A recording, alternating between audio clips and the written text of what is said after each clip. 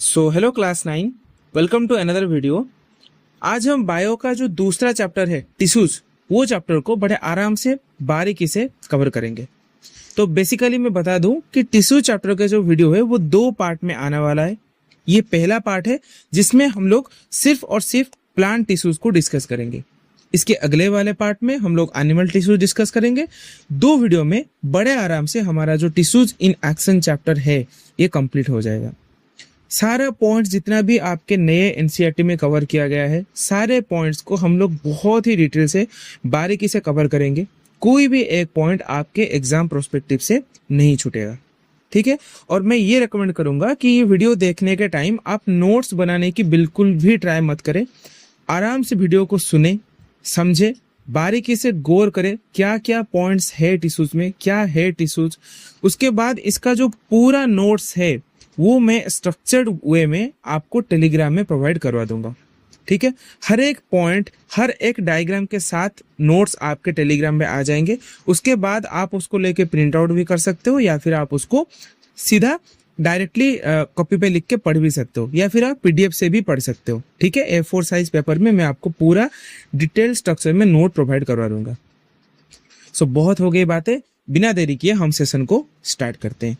तो सबसे पहले मुझे ये बताओ कि ये जो टिश्यूज है ये तो आपके लिए नहीं है। आपने तो ये टिश्यूज वाला टर्म पहले सुना होगा कि टिश्यूज क्या है। आपको इतना पता होगा कि बहुत सारे जो सेल्स है वो सेल्स ग्रुप होके टिश्यूज बनाते हैं। क्लास 8 में पढ़ा होगे लेवल्स ऑफ ऑर्गेनिज्म, ठीक है। तो काफी सारे सेल्स जो है वो मिलके टिश्यूज बनाते हैं। ठीक उसी तरह काफी सारे टिश्यूज मिलके ऑर्गन्स बनाते हैं। देन बहुत सारे ऑर्गन्स मिलके ऑर्गन सिस्टम होते हैं। देन ऐसे काफी सारे ऑर्गन सिस्टम मिलके पूरा जो ऑर्गेनिज्म होता है, जैसे कि ह्यूमन, प्लांट्स, अदर एनिमल्स, ठीक है। तो सबसे पहले हम टिश्यूज का जो आपके बुक में जो डेफिनेशन है उसको समझेंगे। ए ग्रुप ऑफ सिमिलर सेल्स, यही पे उसका पहला पॉइंट आता है कि जितना भी सेल टिश्यू बनेगा वो सारा का सारा सिमिलर सेल्स ही बनेंगे। कभी भी अलग अलग टाइप के सेल्स मिलके टिश्यूज नहीं बन सकते। बहुत सारे सिमिलर सेल्स ग्रुप होके to carry out a specific function are called as tissue. बहुत सारे सेल्स जो ग्रुप हो जाएंगे और ग्रुप होके एक स्पेसिफिक फंक्शन को कैरी आउट करेंगे। जैसे कि काफी सारे टिश्यूज मिल गए, वो सारे टिश्यू मिलके बोलेंगे कि हम डाइजेशन का काम करेंगे, तो वो बन गया टिश्यू। काफी सारे ऐसे बहुत सारे सेल्स मिल गए तो वो सेल ग्रुप होके बोलेंगे कि हम चलो एक काम करते हैं, हम लोग सर्कुलेशन में हेल्प करते हैं, तो वो हो जाएंगे एक टिश्यू। तो काफी सारे सिमिलर सेल्स मिलके कोई भी एक स्पेसिफिक फंक्शन अगर करेंगे तो उनको हम बोलेंगे टिश्यू। पक्की बात है। तो अब सवाल ये है कि आखिर सेल्स टिश्यू बनेंगे क्यों? क्योंकि ड्यू टू इंक्रीज एफिशिएंसी। ये जो कीवर्ड्स मैं अंडरलाइन कर रहा हूं तो ये आपको याद रखना है, ठीक है। इंक्रीज एफिशिएंसी का मतलब ये है काम को जल्दी करवाने के लिए। बहुत सारे कॉम्प्लेक्स काम हमारे बॉडी में होते हैं, जैसे कि डाइजेशन हो गया, रेस्पिरेशन हो गया, एक्सक्रीशन हो गया और उसके साथ साथ सर्कुलेशन हो गया। ऐसे बहुत सारे कॉम्प्लेक्स काम हमारे बॉडीज में होते हैं। तो सारे कॉम्प्लेक्स काम को सिंपल करने के लिए इन सारे सेल्स को एक ग्रुप बनाना पड़ता है और उसी ग्रुप का नाम होता है टिश्यू। तो टिश्यू क्यों बनाते हैं? क्योंकि उनको एफिशिएंसी इंक्रीज करना है to allow complex life function. Clear? और ये वाले पिक्चर में आप देखो काफी सारे सेल्स जो ग्रुप होके पहले टिश्यू बनेंगे, उसके बाद ऑर्गन्स बनेंगे, उसके बाद ऑर्गन सिस्टम जैसे कि digestive system, circulatory system, respiratory system, excretory system, ऐसे बहुत सारे सिस्टम्स बनेंगे और काफी सारे सिस्टम को मिला के बनेंगे ऑर्गेनिज्म, ठीक है। अब आपको मोटे मोटे तौर पे समझ में आ गया हो कि सर सेल एक्चुअली टिश्यू होता क्या है, ठीक है। देन हम पढ़ेंगे इस चैप्टर में टिश्यूज के टाइप्स, कौन कौन से टाइप्स होते हैं टिश्यूज के। तो बेसिकली सबको पता होगा कि टिश्यूज दो टाइप के होते हैं, एक होता है प्लांट टिश्यू, दूसरा होता है एनिमल टिश्यू, ठीक है। तो अभी एक जेन्युइन तौर पे पूरा ओवरऑल समझेंगे कि प्लांट टिश्यू और एनिमल टिश्यू में डिफरेंसेस क्या है। बाकी चैप्टर जब खत्म हो जाएगा तब आप पूरा एकदम क्रिस्टल क्लियर हो जाओगे कि डिफरेंसेस क्या है।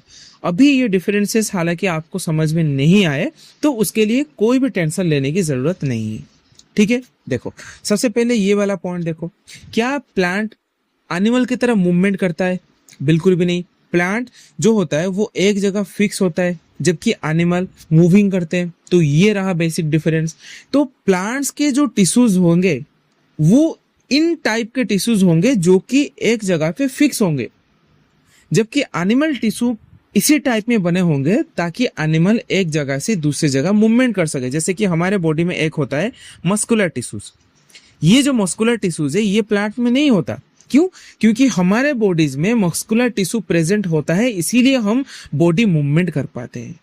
ये रहा एक डिफरेंस। दूसरा, प्लांट के जो टिश्यू है वो उनको रिजिडिटी प्रोवाइड करता है, उनको शेप प्रोवाइड करता है। क्यों? क्योंकि प्लांट तो स्टेबल होता है, उनको बस एक जगह में ऐसे खड़े रहना होता है, उनको स्टेबिलिटी चाहिए, जबकि एनिमल को स्टेबिलिटी नहीं चाहिए। इसीलिए जो एनिमल का जो टिश्यूज है उनमें जो सेल्स होते हैं वो फ्लेक्सिबल होते हैं। पक्की बात, प्लांट के रिजिडिटी होते हैं और एनिमल के फ्लेक्सिबल होते हैं। ओके, प्लांट फोटोसिंथेसिस करता है, तो काफी सारे ऐसे टिश्यूज भी प्लांट में होंगे जो उनको फोटोसिंथेसिस में हेल्प करेंगे, जबकि एनिमल में ऐसे टिश्यूज नहीं होंगे। बल्कि एनिमल में ऐसे टिश्यूज होंगे जो एनिमल के फूड को डाइजेस्ट होने में हेल्प करेगा। जैसे कि स्टोमक एक ऑर्गन है, वो कुछ टिश्यूज से बना होगा, तो स्टोमक उन टाइप के टिश्यूज से बना होगा जो कि एनिमल को डाइजेशन में हेल्प करेंगे, जबकि प्लांट में ऐसा नहीं होता है कि नहीं। ओके, देन प्लांट में जो होता है सेल वॉल रिजिड होता है, जबकि एनिमल सेल में रिजिड सेल वॉल नहीं होता, और एनिमल में तो हालांकि सेल वॉल ही नहीं होता। ठीक है, बाकी अगर इन पॉइंट में कोई भी कंफ्यूजन रहता है आपको तो एक बार मेरे ऊपर ट्रस्ट करो, चैप्टर जब खत्म हो जाएगा तो पूरा आपका डाउट क्लियर हो जाएगा कि ये सारे पॉइंट्स क्या क्या लिखे हैं। अभी अगर आपको समझ में ना आए तो एक बार होल्ड करो बस, अगर समझ में आ गया तो बढ़िया बात है, अगर नहीं आए तो होल्ड करो। ठीक है, तो सबसे पहले हम पढ़ेंगे प्लांट टिश्यूज, जबकि दोनों के बारे में पढ़ना होता है इस चैप्टर में, प्लांट भी और एनिमल भी। तो शुरुआत हम करेंगे प्लांट टिश्यूज। सर ये क्या लिखा है, बहुत सारे ऐसे वैसे फालतू चीज। ठीक है, देखो, तो इन्हीं जो टाइप्स हैं, बस इन्हीं टाइप्स को हमें पढ़ना है प्लांट टिश्यूज के अंदर। तो सबसे पहले मैं उनको गो थ्रू करवा देता हूँ एक बार। तो जो प्लांट टिश्यूज है वो बेसिकली दो टाइप में डिवाइड होता है, एक होता है परमानेंट, एक होता है मेरिस्टेमेटिक। सब कुछ आगे जानेंगे, बहुत ही डिटेल से जानेंगे क्या होता है परमानेंट, क्या होता है मेरिस्टेमेटिक, सब कुछ जानेंगे। बस एक बार आप टाइप्स देख लो कि क्या क्या पढ़ने वाले हो। ठीक है, तो जो परमानेंट टिश्यूज है उनको अगेन हम दो पार्ट में डिवाइड करेंगे। एक हो जाएगा सिंपल परमानेंट, दूसरा हो जाएगा कॉम्प्लेक्स परमानेंट। ठीक है, तो अगेन जो सिंपल परमानेंट है उसको तीन पार्ट में डिवाइड करेंगे। कितने पार्ट में? तीन पार्ट में, पारेन्काइमा, कोलेन्काइमा, स्क्लेरेन्काइमा। कंफ्यूज हो गए? नहीं होना है। देखो, जो प्लांट टिश्यू था उसको हमने दो पार्ट में डिवाइड किया, परमानेंट एंड मेरिस्टेमेटिक। जो परमानेंट टिश्यू था उसको अगेन हम दो पार्ट में करेंगे, एक हो जाएगा सिंपल, एक हो जाएगा कॉम्प्लेक्स। ठीक है, अगेन जो सिंपल परमानेंट टिश्यू था उसको हम तीन पार्ट में कर लेंगे, पारेन्काइमा, कोलेन्काइमा, स्क्लेरेन्काइमा। जो कॉम्प्लेक्स था उसको हम दो पार्ट में करेंगे, एक आ जाएगा आपका जाइलम, एक आ जाएगा आपका फ्लोएम। ये दोनों आप नेम सुने होंगे पहले। ठीक है, ओके, ये रहा पूरा परमानेंट टिश्यू वाला का स्ट्रक्चर। देन हम पढ़ेंगे मेरिस्टेमेटिक। मेरिस्टेमेटिक को सिंपल हम तीन ही पार्ट में डिवाइड करते हैं क्योंकि ये बहुत छोटू सा है। एक हो जाएगा एपिकल, दूसरा हो जाएगा इंटरकैलरी, तीसरा हो जाएगा लैटरल। आपको कंफ्यूज करेगा ये परमानेंट टिश्यू। मेरिस्टेमेटिक टिश्यू में तो सिर्फ तीन ही टाइप है और तीनों टाइप मान के चलिए बहुत इजी है, बहुत ही इजी।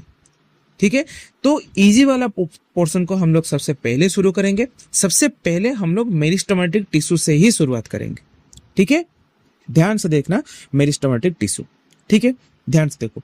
तो मेरिस्टेमेटिक टिश्यू पढ़ने से पहले ये बात मान लो कि प्लांट और एनिमल दोनों को ग्रोथ की जरूरत है। जी सर, दोनों को ग्रोथ की जरूरत है। एक एनिमल भी छोटा से बड़ा होता है और एक प्लांट भी छोटा से बड़ा होता है। ठीक बात है। तो प्लांट जब ग्रो करेगा तो वो तीनों टाइप में ग्रो करेगा। जैसे कि मैं यहाँ पे पिक्चर बताता हूँ। सपोज ये है सॉइल, ठीक है, इसके ऊपर एक प्लांट है, ये रहा उसका ट्रंक वाला पार्ट, ये रहा उसका जो टॉप वाला पार्ट। ठीक है, ओके। देन यही प्लांट ग्रो होके क्या ऐसा बन जाएगा, उसका ट्रंक थोड़ा मोटा बन जाएगा, ऐसे उसका ट्रंक हो गया और उसका जो टॉप वाला पार्ट वो भी थोड़ा और ज्यादा मोटा बन गया। और यहाँ पे देखो, यहाँ पे जो रूट्स होंगे ये हो जाएगा इनका रूट्स। अगर प्लांट का ग्रोथ हो गया तो इनका रूट में भी तो ग्रोथ आएगा ना, तो रूट भी थोड़ा ज्यादा एकदम ब्रांचेस टाइप हो जाएंगे यहाँ पे। ठीक है, ये रहा स्ट्रक्चर। अब मुझे बताओ कि जब ये प्लांट का ग्रोथ हुआ तो ये ग्रोथ बेसिकली कितने टाइप हुआ। तो आप देखोगे कि प्लांट का जो ग्रोथ है वो 3 टाइप में होता है। क्या सर 3 टाइप? ध्यान से देखो। प्लांट टॉप से भी ज्यादा बढ़ रहा है, देखो यहाँ इतना हाइट था, यहाँ हाइट उसका बढ़ गया, मतलब उसका हाइट भी ज्यादा बढ़ रहा है। उसका टॉप वाला पार्ट इंक्रीज हो रहा है और साथ ही साथ इसका डाउन वाला पार्ट भी इंक्रीज हो रहा है। देखो रूट इतना तक था, यहाँ पे इतना डेप्थ तक रूट आ गया। यानी कि एक ग्रोथ जो हुआ प्लांट का वो टॉप पार्ट और डाउन पार्ट इंक्रीज हुआ। जी सर। दूसरा ग्रोथ जो हुआ प्लांट का, इसका ये ट्रंक का साइज बढ़ गया। देखो यहाँ पे जो ट्रंक का विड्थ वो इतना था, पर यहाँ पे तो विड्थ ज्यादा मोटा हो गया, यानी कि ट्रंक मोटा भी हो गया। ये रहा दूसरा टाइप का ग्रोथ। और तीसरे टाइप का ग्रोथ जो है वो प्लांट का इंटरनल स्ट्रक्चर। देखो यहाँ से इतना तक था प्लांट, पर यहाँ से पूरा ये आ गया, मतलब अंदर से भी प्लांट थोड़ा थोड़ा बढ़ रहा है। तो क्या बोला मैंने, रिवाइज करेंगे। प्लांट टॉप से और नीचे से दोनों तरफ बढ़ रहा है, ये रहा उसका पहला ग्रोथ। प्लांट अपने साइज में भी इंक्रीज करता है, ये रहा उसका दूसरा ग्रोथ। और तीसरा ग्रोथ वो इंटरनली भी बढ़ रहा है, मतलब प्लांट के जो अंदर वाला पार्ट्स हैं वो भी लंबा हो रहे हैं, मतलब वो भी ग्रोथ कर रहे हैं। तो ये तीनों टाइप के जो ग्रोथ है प्लांट को, इन तीनों टाइप के बेसिस पे मेरिस्टेमेटिक टिश्यू को डिवाइड करते हैं हम लोग 3 पार्ट में, एपिकल, लैटेरल, इंटरकैलरी। इन तीनों के बारे में थोड़ी देर बाद पढ़ेंगे। अभी हम देखते हैं कि मेरिस्टेमेटिक टिश्यू आखिर होता क्या है। मैंने बता दिया है, मेरिस्टेमेटिक टिश्यू जो है वो सिर्फ और सिर्फ क्या करेगा, ये ग्रोथ करेगा। तो अगर एग्जाम में डायरेक्ट क्वेश्चन आता है कि प्लांट का ऐसा कौन सा टिश्यू जो कि ग्रोथ के रिस्पॉन्सिबल है, वो हो जाएगा सीधा आपका मेरिस्टेमेटिक टिश्यू। चाहे कोई सा भी ग्रोथ हो, 100% ग्रोथ होगा तो वहां पे मेरिस्टेमेटिक टिश्यू 100% प्रेजेंट होगा। क्लियर? आओ थोड़ा उसके बारे में देखते हैं। Meristematic tissues are adapted for continuous and rapid division. Rapid division यानी कि किस डिवीजन की बात कर रहा है, ये बात कर रहा है सेल डिवीजन की। ठीक है, सेल डिवीजन होगा मेरिस्टेमेटिक टिश्यू में। सेल डिवीजन होंगे तभी तो प्लांट ग्रोथ करेगा ना। जैसे कि यहाँ पे एक सेल था, ये सेल डिवाइड होगा तभी जाके प्लांट आगे जाएगा ना। अगर सेल डिवाइड नहीं होता है तो प्लांट थोड़ी ग्रोथ कर सकता है। तो प्लांट का ग्रोथ हो रहा है यानी कि 100% वहां पे सेल डिवीजन हो रहा है। क्लियर? ये जो टिश्यूज होते हैं, ये जो सेल्स होते हैं, देखो characteristics of meristematic tissue cells लिखा है। टिश्यू किससे बने होते हैं? सेल से बने होते हैं। तो मेरिस्टेमेटिक टिश्यू जिन सेल से बना होगा उनको हम बोलेंगे मेरिस्टेमेटिक टिश्यू सेल्स। वही सेल्स के कैरेक्टरिस्टिक्स यहाँ पे लिखा है। वो सेल रैपिड डिवीजन करेंगे, ये रहा पहला पॉइंट। दूसरा पॉइंट, वो सेल का साइज क्या होगा, स्मॉल होगा और आइसोडायमेट्रिक इन शेप होगा। ये सबसे ज्यादा इंपॉर्टेंट है, वो सेल का जो शेप होगा वो आइसोडायमेट्रिक होगा। क्या सर आइसोडायमेट्रिक? जैसे कि इसको अगर मैं बोलूं, क्या बोलूं, इसको मैं बोलूं स्पेरिकल और ओवल शेप, इसको मैं बोलूंगा रेक्टेंगुलर शेप। ठीक है, पर यहाँ पे देखो ये जो सेल्स है क्या स्पेरिकल और रेक्टेंगुलर है? ये तो एक हेक्सागोनल टाइप का शेप है। इन्हीं शेप को हम बोल देंगे आइसोडायमेट्रिक। समझ में आ गया आइसोडायमेट्रिक शेप क्या है? ठीक है। थीन प्राइमरी सेल वॉल्स, प्लांट में हर एक सेल में सेल वॉल प्रेजेंट होगा, पर डिफरेंस ये होगा कि कहीं सेल में सेल वॉल थीन होंगे, मतलब पतलू पतलू सा होंगे, और कहीं कहीं पे सेल वॉल्स एकदम थिक होंगे, पूरा मोटा सेल वॉल होगा। जो मेरिस्टेमेटिक टिश्यूज हैं उनमें जो सेल वॉल्स होते हैं वो एकदम थीन होते हैं, पतला सेल वॉल होते हैं। एग्जाम में इंपॉर्टेंट आएगा, ये पॉइंट एग्जाम में आएगा कि मेरिस्टेमेटिक टिश्यू में सेल वॉल कैसे होते हैं, याद रखना है, थीन्स होते हैं। और इनके जो सेल वॉल होते हैं, इनके सेल वॉल में लिग्निन प्रेजेंट नहीं होता। क्या होता है लिग्निन, जानेंगे आगे, स्क्लेरेनकाइमा के टाइम पे जानेंगे। ठीक है, अभी होल्ड करो, बस याद रखो कि मेरिस्टेमेटिक टिश्यू में लिग्निन नहीं होता है। ठीक है। लार्ज एंड प्रोमिनेंट न्यूक्लियस, देखो ये सारे जो सेल हैं इनमें न्यूक्लियस आपको एकदम बड़े बड़े दिख रहे हैं, ऐसे लार्ज लार्ज दिख रहे हैं। ठीक है, ये पॉइंट भी क्लियर हो गया। Dense cytoplasm with many organelle, cytoplasm जो है इनका बहुत ज्यादा डेंसिटी होगा। हालांकि ये पॉइंट उतना इंपॉर्टेंट नहीं है, फिर भी याद रखेंगे। ठीक है, ये पॉइंट इंपॉर्टेंट है। वैक्यूल एब्सेंट और वेरी स्मॉल, मैंने बताया था पहले कि जो प्लांट सेल है उनमें लार्ज वैक्यूल होते हैं। आपने ही पढ़ा होगा, ये अगर प्लांट सेल है तो इस साइड में न्यूक्लियस होता था और ऐसे लार्ज वैक्यूल होता था। वो इन जनरल होता था, मतलब काफी प्लांट सेल में बड़े बड़े वैक्यूल्स होते हैं, पर सारे प्लांट सेल में वैक्यूल्स है, ये स्टेटमेंट गलत है।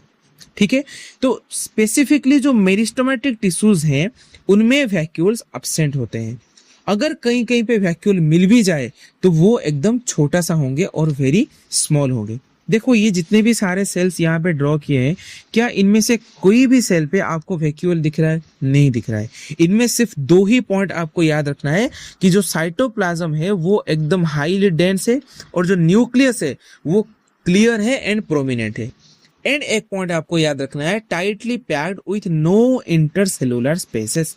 इंटरसेलुलर स्पेसेस इनमें नहीं होता। क्या होता है इंटरसेलुलर स्पेसेस? जैसे कि ये मैंने एक सेल बना दिया, ये मैंने बनाया दूसरा सेल, ये मैंने बनाया तीसरा सेल, ये मैंने बनाया चौथा, ये मैंने बनाया पांचवा। ध्यान से देखो, ये सेल के बीच में थोड़ा थोड़ा यहाँ पे गैप दिख रहा है कि नहीं? ये गैप दिख रहा है, ये पे गैप दिख रहा है, पर यहाँ पे देखो क्या सेल के बीच में कोई गैप दिख रहा है? ये एक सेल बन गया, ये एक सेल बन गया, ऊपर ये एक सेल आके चिपक गया। इनके बीच में कहीं पे भी आपको गैप नहीं दिखेगा। मोस्ट इंपॉर्टेंट क्वेश्चन ये पे आएगा कि कौन से टाइप के टिश्यूज में इंटरसेलुलर स्पेसेस नहीं होता है? वो होता है आपका मेरिस्टेमेटिक टिश्यू। याद रहेगा। अभी नोट के बारे में बिल्कुल भी टेंशन नहीं लेना, मैंने बताया ना, पूरा नोट्स विथ पिक्चर स्ट्रक्चरल वे में मैं आपको प्रोवाइड करवा दूंगा। कहाँ पे? टेलीग्राम पे। आप बस ध्यान से देखिए टेलीग्राम कहाँ से आएगा, कौन सा लिंक, मैं सब कुछ बाद में बताऊंगा। ठीक है, ओके। तो ये जो होता है ये रैपिड सेल डिवीजन करता है, आइसोडायमेट्रिक स्ट्रक्चर होता है, लिग्निन नहीं होता एंड बहुत पतला सेल वॉल होता है। न्यूक्लियस इसका लार्ज एंड प्रोमिनेंट होता है, साइटोप्लाज्म डेंस होता है और वैक्यूल एब्सेंट होता है। अगर होता भी तो वो छोटे छोटे साइज का होंगे। और यहाँ पे जो इंट्रासेलुलर स्पेसेस है वो एकदम एब्सेंट हो गए, मतलब कोई भी स्पेस इनमें नहीं दिखेगा। ये रहा मेरिस्टेमेटिक टिश्यू का कैरेक्टरिस्टिक्स। अब देखते हैं उनका टाइप और काम। मैंने पहले ही बता दिया था कि 3 टाइप में हमने डिवाइड किया था, एपिकल, लैटरल, उसके बाद पढ़ेंगे इंटरकैलरी। ठीक है, एपिकल मेरिस्टम को हम सबसे पहले कवर करते हैं। Apical meristem are region actively dividing cells at the tip of root and shoot. ध्यान से याद करो, मैंने पढ़ाया था थोड़ी देर पहले, मैंने बताया था कि ये अगर प्लांट है तो इसका लेंथ 2 टाइप में इंक्रीज हो सकता है, या तो टॉप पार्ट से ऐसे इंक्रीज होगा या तो रूट से इंक्रीज होगा। तो टॉप पार्ट और रूट पार्ट ये दोनों जो इंक्रीज होते हैं ये स्पेसिफिकली होते हैं एपिकल मेरिस्टम के लिए। तो अगर सीधा क्वेश्चन आए कि बताओ एपिकल मेरिस्टेमेटिक टिश्यूज जो है वो प्लांट के कौन से पार्ट में प्रेजेंट होंगे? कौन से part? Tip of root and shoot. Root और शूट ये दोनों में ये प्रेजेंट होंगे। तो ये क्या करता है? लेंथ में ग्रोथ करता है, प्लांट लंबा होता है और ये प्राइमरी ग्रोथ करता है। प्राइमरी ग्रोथ यानी कि प्लांट का जो ग्रोथ आपको दिखे, लाइक प्लांट लंबा हो गया, प्लांट मोटा हो गया, प्लांट छोटा से बड़ा हो गया, प्लांट का जो फ्रूट है वो छोटा से बड़ा फ्रूट हो गया। तो ये सारे जो ग्रोथ है, ये इस टाइप के ग्रोथ को हम बेसिकली बोलते हैं प्राइमरी ग्रोथ। और यही ग्रोथ आपको कौन सा टिश्यू करवाएगा? आपको करवाएगा मेरिस्टेमेटिक टिश्यू, और मोर स्पेसिफिकली कौन सा मेरिस्टम? Apical meristem. क्लियर बात। देन आते हैं लैटरल। याद करो मैंने बताया था कि प्लांट का ट्रंक भी जो पतला होता है वो ट्रंक थोड़ा थोड़ा मोटा भी हो जाता है, ऐसे करके ट्रंक मोटा भी हो जाता है। लाइक ये अगर प्लांट था, कुछ देर बाद प्लांट का ट्रंक ऐसे मोटा हो जाएगा और मोटा हो जाएगा। तो ये जो ट्रंक का जो साइज इंक्रीज हुआ, प्लांट का जो विड्थ इंक्रीज हुआ, ये बेसिकली होगा कौन सा मेरिस्टम के लिए? ये हो जाएगा आपका लैटरल मेरिस्टम के लिए। देखो क्या पे लिखा है, they divide to produce new cell both inward and outward increasing the diameter of stem। stem का ये करता है diameter increase, और क्या करता है? increase the width and girth। ये स्पेसिफिकली वर्ड आपको याद रखना है, एग्जाम में यही वर्ड पूछा जाता है कि स्टेम का गिर्थ कौन इंक्रीज करता है? Lateral meristem. और जो स्टेम का विड्थ भी इंक्रीज होता है, ना कि स्टेम का पूरे प्लांट का, ट्रंक बोलो, स्टेम बोलो, उनके लीफ का नोट्स बोलो, अगर विड्थ एंड ग्रीथ का बात पूछा जाए तो वो 100% आंसर आएगा लैटरल मेरिस्टम। क्लियर? तो लैटरल मेरिस्टम एक और भी काम करता है ट्री का एज बताने में। ट्री का एज बताने में क्या बात कर रहे हो सर? ट्री का एज भी होता है, 100% होता है। तुम लोगों का एज है, ट्री का नहीं होगा? ट्री का भी एज होता है। ध्यान से देखो यहाँ पे क्या लिखा हो, ठीक है? ध्यान से ये वाला पिक्चर पे देखो, आराम से क्लियर हो जाएगा। देखो, जब ये लैटरल मेरिस्टम जो है, कौन सा मेरिस्टम? जो ये लैटरल मेरिस्टम है, तो धीरे धीरे जैसे ईयर बढ़ता जाएगा, पहला साल, दूसरा साल, तीसरा साल, चौथा साल, जैसे धीरे धीरे ईयर बढ़ता जाएगा, तो ये ऐसे ऐसे एक लेयर बनाते जाएगा। क्या बोला मैंने? पहला साल हुआ, लैटरल मेरिस्टम एक लेयर बना देगा, फिर अगले साल दूसरा लेयर बना देगा, फिर अगले साल तीसरा लेयर बना देगा, फिर अगले साल ऐसे चौथा लेयर बना देगा, फिर अगले साल ऐसे पांचवा लेयर बना देगा। जितना प्लांट का एज आगे बढ़ता जाएगा, लैटरल मेरिस्टम मैच्योर होने के बाद एक एक लेयर बनाता है। वो लेयर को काउंट करके हम बता सकते हैं प्लांट का एज क्या है। जैसे कि अगर हम ये प्लांट का एज कैलकुलेट करेंगे तो सेंटर से काउंट करेंगे। देखो, ये रहा पहला लेयर, 1 2 3 4 5 6 7 8 9 10 11 12 13 14 15 16 17 18 19 20 21 22 23। ये तो आउटर लेयर हो गया, इसको कैलकुलेट नहीं करेंगे। यानी कि ये जो प्लांट आपके बुक में गिवन है, यहाँ पे जो मैं पिक्चर ऐड किया हूँ, इसका अगर एज आपको पूछा जाए तो आपको बताना है इसका एज होगा 23 ईयर। क्लियर बात? तो सीधा सर एग्जाम में क्वेश्चन कैसे आएगा? एग्जाम में क्वेश्चन आएगा कि प्लांट का एज कैलकुलेट करने के लिए जो लेयर होता है वो कौन से टिश्यू से बना होता है। कौन से टिश्यू? वो बोलता है बनाते हैं लैटरल मेरिस्टम से। क्लियर? और उस लेयर का नाम क्या है? उस लेयर का नाम हो जाता है वास्कुलर कैम्बियम। आगे पढ़ेंगे भी हम, कॉर्क, कैम्बियम, ये सारे चीज हम आगे आराम से पढ़ेंगे। क्या ये बात क्लियर हुआ? तो हमने लैटरल कवर किया, हमने एपिकल भी कवर किया, बाकी आता है इंटरकैलरी। ठीक है, सबसे पहले यहाँ पे देखो, ये कौन सा प्लांट है? ये हमारे है बैम्बो प्लांट। कौन सा प्लांट? ये आपको दिख रहा है, ये है बैम्बो प्लांट। तो बैम्बो प्लांट में एक एक बीच में ऐसे गांठ टाइप का होता है, उसको हम बोलते हैं नोड्स। याद रहेगा, उसको हम बोलते हैं नोड्स। और इन दोनों के बीच में जो पोर्शन आएगा उसका नाम होगा इंटरनोड्स। क्या बोला मैंने? देखो यहाँ पे समझ में आ जाएगा। यहाँ पे देखो, ये रहा उसका एक नोड, ये रहा दूसरा नोड, इनके बीच में जो पॉइंट आएगा उसको हम बोलेंगे इंटरनोड। और यही इंटरनोड को इंक्रीज करने में हेल्प करता है इंटरकैलरी मेरिस्टम। तो आओ देखते हैं क्या लिखा है यहाँ पे। Apical intercalary. The intercalary meristem occurs at the base of internode or just above the nodes. It enables the rapid growth of parts removed by grazing or cutting.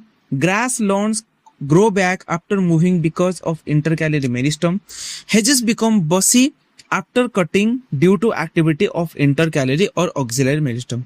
क्या बोला? कुछ भी समझ में नहीं आया, आई नो। देखो ध्यान से, तो यहाँ पे इस वाले पिक्चर पे आओ, ठीक है? देखो ध्यान से, तो ये जो पूरा प्लांट का जो डायग्राम मैंने यहाँ पे लगाया है, इसको हम बोलेंगे नोड्स, और ये है एक दूसरा नोड। इसके बीच वाला पार्ट को हम बोलेंगे इंटरनोड्स। तो ये बीच वाला पार्ट का ग्रोथ करेगा कौन? Intercalary meristematic tissues. ठीक है, और यहाँ पे सिंपल क्या लिखा है, तो जो घास को हम काटने के बाद घास अगेन रीग्रोथ हो जाता है, घास अगेन बढ़ जाता है, तो वो कौन से टिश्यूज के कारण होता है? वो इंटरकैलरी मेरिस्टेमेटिक टिश्यूज के वजह से होता है। फिर अगर पूछा जाए कि जो हेजेस है उसको अगर हम एक बार काट लेंगे, स्टिल वो बसी कैसे हो जाता है, मतलब पूरा ऐसे ब्रांचेस टाइप का, बूस्ट टाइप का कैसे हो जाता है? वो इंटरकैलरी मेरिस्टम के वजह से ही होता है। ठीक है, तो इंटरकैलरी मेरिस्टम का काम क्या है? दोनों नोड्स के बीच का जो पोर्शन है उसको एनलार्ज करना, उसको लंबा करना है। ठीक है, आराम से समझ में आ गया? ठीक है, ओके। देखो यहाँ पे नोड और इंटरनोड का पॉइंट भी मैंने ऐड कर दिया। नोड क्या है?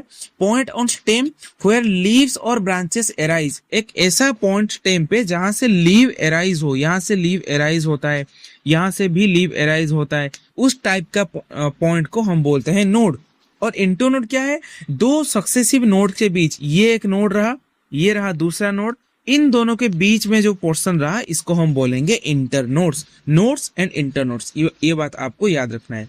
और स्पेसिफिकली ये जो इंटरनोड्स है, इसी इंटरनोड्स का ही इंक्रीज करवाता है कौन? Intercalary meristem. नाम में आपको समझ में आ रहा होगा, इंटर। ठीक है, तो यहाँ पे हमारा खत्म होता है मेरिस्टेमेटिक टिश्यूज। ठीक है, तो मोटे मोटे तौर पे हम क्या करेंगे, एक बार क्विक रिकैप ले लेंगे। तो जो प्लांट टिश्यूज था वो हमारा बेसिकली दो पार्ट में डिवाइड हुआ था। एक होता है हमारा मेरिस्टेमेटिक टिश्यूज, दूसरा होता है परमानेंट टिश्यूज। तो अगेन जो मेरिस्टेमेटिक टिश्यूज था उनमें हमने तीन पार्ट देखा। एक हो गया एपिकल मेरिस्टम, दूसरा हो गया लैटेरल मेरिस्टम, और तीसरा और आखिरी हो गया इंटरकैलरी मेरिस्टम। तो ये पार्ट हमारा पूरा कंप्लीट हो गया।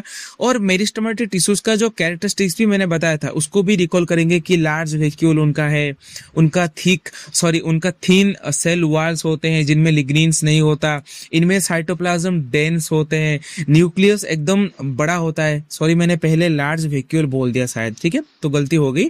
तो वो लार्ज न्यूक्लियस होता है, इनमें वैक्यूल एब्सेंट होता है, अगर होता भी है तो वो छोटा होता है, और इनके बीच में जो इंटरसेलुलर स्पेसेस है वो एकदम जीरो होता है या फिर ना के बराबर होता है। हो गया कंप्लीट। अब हम मूव करेंगे कहां पे, मूव करेंगे परमानेंट टिश्यूज पे, ठीक है। तो मैं बता दूं कि परमानेंट टिश्यूज क्या होता है, वही मेरिस्टेमेटिक टिश्यूज ही होते हैं। क्या बात कर रहे हो सर जी? देखो, ये अगर सपोज एक मेरिस्टेमेटिक टिश्यू हुआ तो जाहिर सी बात है ये डिवाइड करेगा, ये एक सेल बना, ये एक दूसरा सेल बना, तो अगेन भी ये डिवाइड करेगा, ये दो सेल में डिवाइड करेंगे, ये भी दो सेल में डिवाइड करेंगे, तो अगेन ये भी डिवाइड करेंगे ऐसे दो सेल में, ये भी डिवाइड करेंगे दो सेल में, ये भी डिवाइड करेंगे दो सेल में, ये भी डिवाइड करेंगे दो सेल में, तो अगेन ये भी डिवाइड करेंगे दो सेल में, फिर ये जो बनेगा ये भी डिवाइड करेगा। आखिर कब तक ये डिवाइड चलेगा? क्वेश्चन मेरा ये है कि ये जो डिवीजन है ये क्या पूरा जिंदगी भर चलेगा? Answer is no. तो क्या होगा, जो मेरिस्टेमेटिक टिश्यूज है वो ऐसे डिवीजन करते करते करते करते एक टाइम आ जाएगा जब वो अगेन डिवाइड नहीं होंगे। उस टिश्यूज को हम बोलेंगे परमानेंट टिश्यूज। समझ में आ गया पूरा आमतौर पे बातें?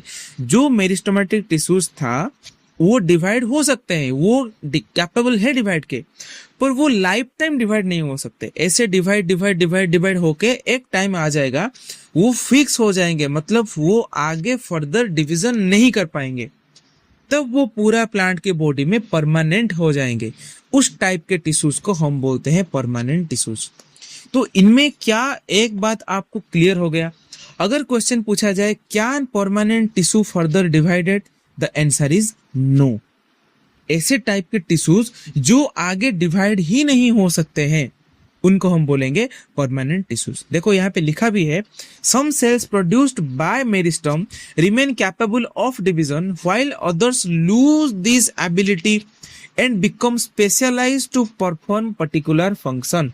मतलब ऐसे कुछ टिश्यूज होंगे जो डिवीजन के एबिलिटी को लूज कर देंगे और एक सर्टेन स्पेशलाइज्ड एक्शन परफॉर्म करेंगे। लाइक कोई ग्रोथ को छोड़ के बाकी तो बहुत सारे फंक्शन होंगे प्लांट के, जैसे कि स्टोरेज करना, फूड प्रिपेयर करना, वाटर सप्लाई करना, फूड सप्लाई करना, बहुत सारे फंक्शंस हो गए। तो कुछ ऐसे टिश्यूज होंगे जो आगे डिवाइड नहीं होंगे पर सर्टेन एक्शन परफॉर्म कर रहे होंगे, उन टिश्यूज को हम बोलेंगे परमानेंट टिश्यूज। और परमानेंट टिश्यूज और कोई नहीं है, वही मेरिस्टेमेटिक टिश्यूज ही है। जब मेरिस्टेमेटिक टिश्यू ग्रोथ नहीं करेगा उसको बोल लेंगे परमानेंट टिश्यूज। क्लियर? और जब मेरिस्टेमेटिक टिश्यू धीरे धीरे परमानेंट की तरफ बढ़ रहा होगा तो उस प्रोसेस को हम बोलेंगे डिफरेंशिएशन। क्या बोलेंगे? डिफरेंशिएशन। समझ में आया क्या है? देखो यहाँ पे लिखा भी है, the process by which a meristematic cell become specialised is called as differentiation. तो जो मेरिस्टेमेटिक टिश्यूज था वो धीरे धीरे डिवाइड करके एक पॉइंट आ गया जहां पे वो आगे डिवाइड नहीं हो सकता। उस पॉइंट पे उसको हम बोलेंगे परमानेंट टिश्यू। और जो फेज था उसका मेरिस्टेमेटिक से परमानेंट तक जो फेज था, वो रास्ता, वो जर्नी, उसको हम बोलेंगे डिफरेंशिएशन। तो आमतौर पे समझ में आ गया परमानेंट टिश्यू क्या है। तो परमानेंट टिश्यू याद करो, हमने पढ़ा था वो चार्ट में, दो टाइप के होते हैं, एक होता है सिंपल, एक होता है कॉम्प्लेक्स। ठीक है, तो ये क्या है सर सिंपल और कॉम्प्लेक्स? यहाँ पे देखो लिखा है, जो सिंपल है वो कंपोज्ड होते हैं वन टाइप ऑफ सेल, और जो कॉम्प्लेक्स होते हैं वो कंपोज होते हैं more than one type of cell. बस यही डिफरेंस है सिंपल एंड कॉम्प्लेक्स के बीच में। अगर सेम टाइप सेल जॉइंट होके टिश्यू बनाते हैं, और वो सेम टाइप कौन से सेल होंगे? परमानेंट सेल्स होंगे। परमानेंट सेल्स जो आगे डिवाइड नहीं करेंगे, अगर वो सेम टाइप के हो गए तो वो हो जाएंगे सिंपल परमानेंट।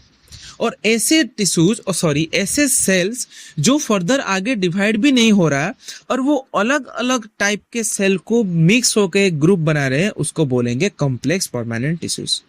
और सिंपल परमानेंट को शॉर्ट में हम सपोर्टिंग टिश्यू भी बोल देते हैं और कॉम्प्लेक्स परमानेंट को हम कंडक्टिंग भी बोल देते हैं। एग्जाम में आ सकता है, याद रखेंगे ये बात। ऐसा नहीं कि मैंने जल्दी जल्दी बोल दिया मतलब एग्जाम में नहीं आएगा, ये बात एग्जाम में आ सकता है कि जो सपोर्टिंग टिश्यू है वो सिंपल परमानेंट टिश्यू ही है। क्लियर बात। मूविंग करेंगे आगे। तो यहाँ पे देखो एक ही स्लाइड में हम लोग पूरा जो सिंपल परमानेंट टिश्यू था उसको एक ही स्लाइड में कवर कर लेंगे। क्यों? क्योंकि बहुत ही आसान है और बहुत कम क्वेश्चन आते हैं इस पे। ज्यादा लॉन्ग क्वेश्चन 2 मार्क वो कॉम्प्लेक्स से आते हैं, ठीक है। इसीलिए मैंने एक स्लाइड में ऐड कर लिया ताकि आप लोग कंफ्यूज ना हो। तो जो टिश्यू था याद करो, वो चार्ट मैंने बताया था, पैरेन्काइमा, कोलेनकाइमा एंड स्क्लेरेन्काइमा, तीनों टाइप्स होते हैं। सबसे पहले देखते हैं पैरेन्काइमा। पैरेन्काइमा देखो जो पॉइंट में बताता हुआ चलूंगा वो आपको ध्यान रखना है।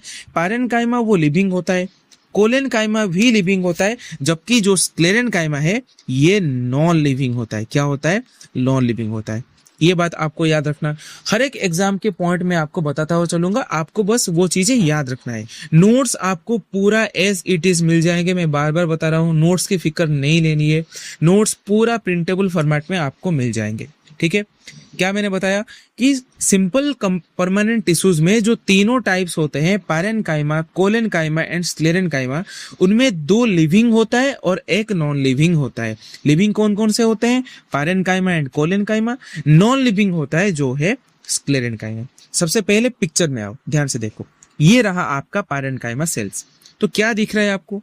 क्या ये सेल्स के बीच में आपको गैप दिख रहे हैं? जी सर गैप दिख रहा है। देखो ये है गैप, उनके बीच में ये रहा गैप, इनके बीच में ये रहा गैप, ये रहा। तो क्या इनके बीच में गैप दिख रहा है? जी सर गैप दिख रहा है। देखो यहाँ पे वही लिखा है, loosely packed with intercellular spaces. बस यही पॉइंट आपको याद रखना है कि सिंपल परमानेंट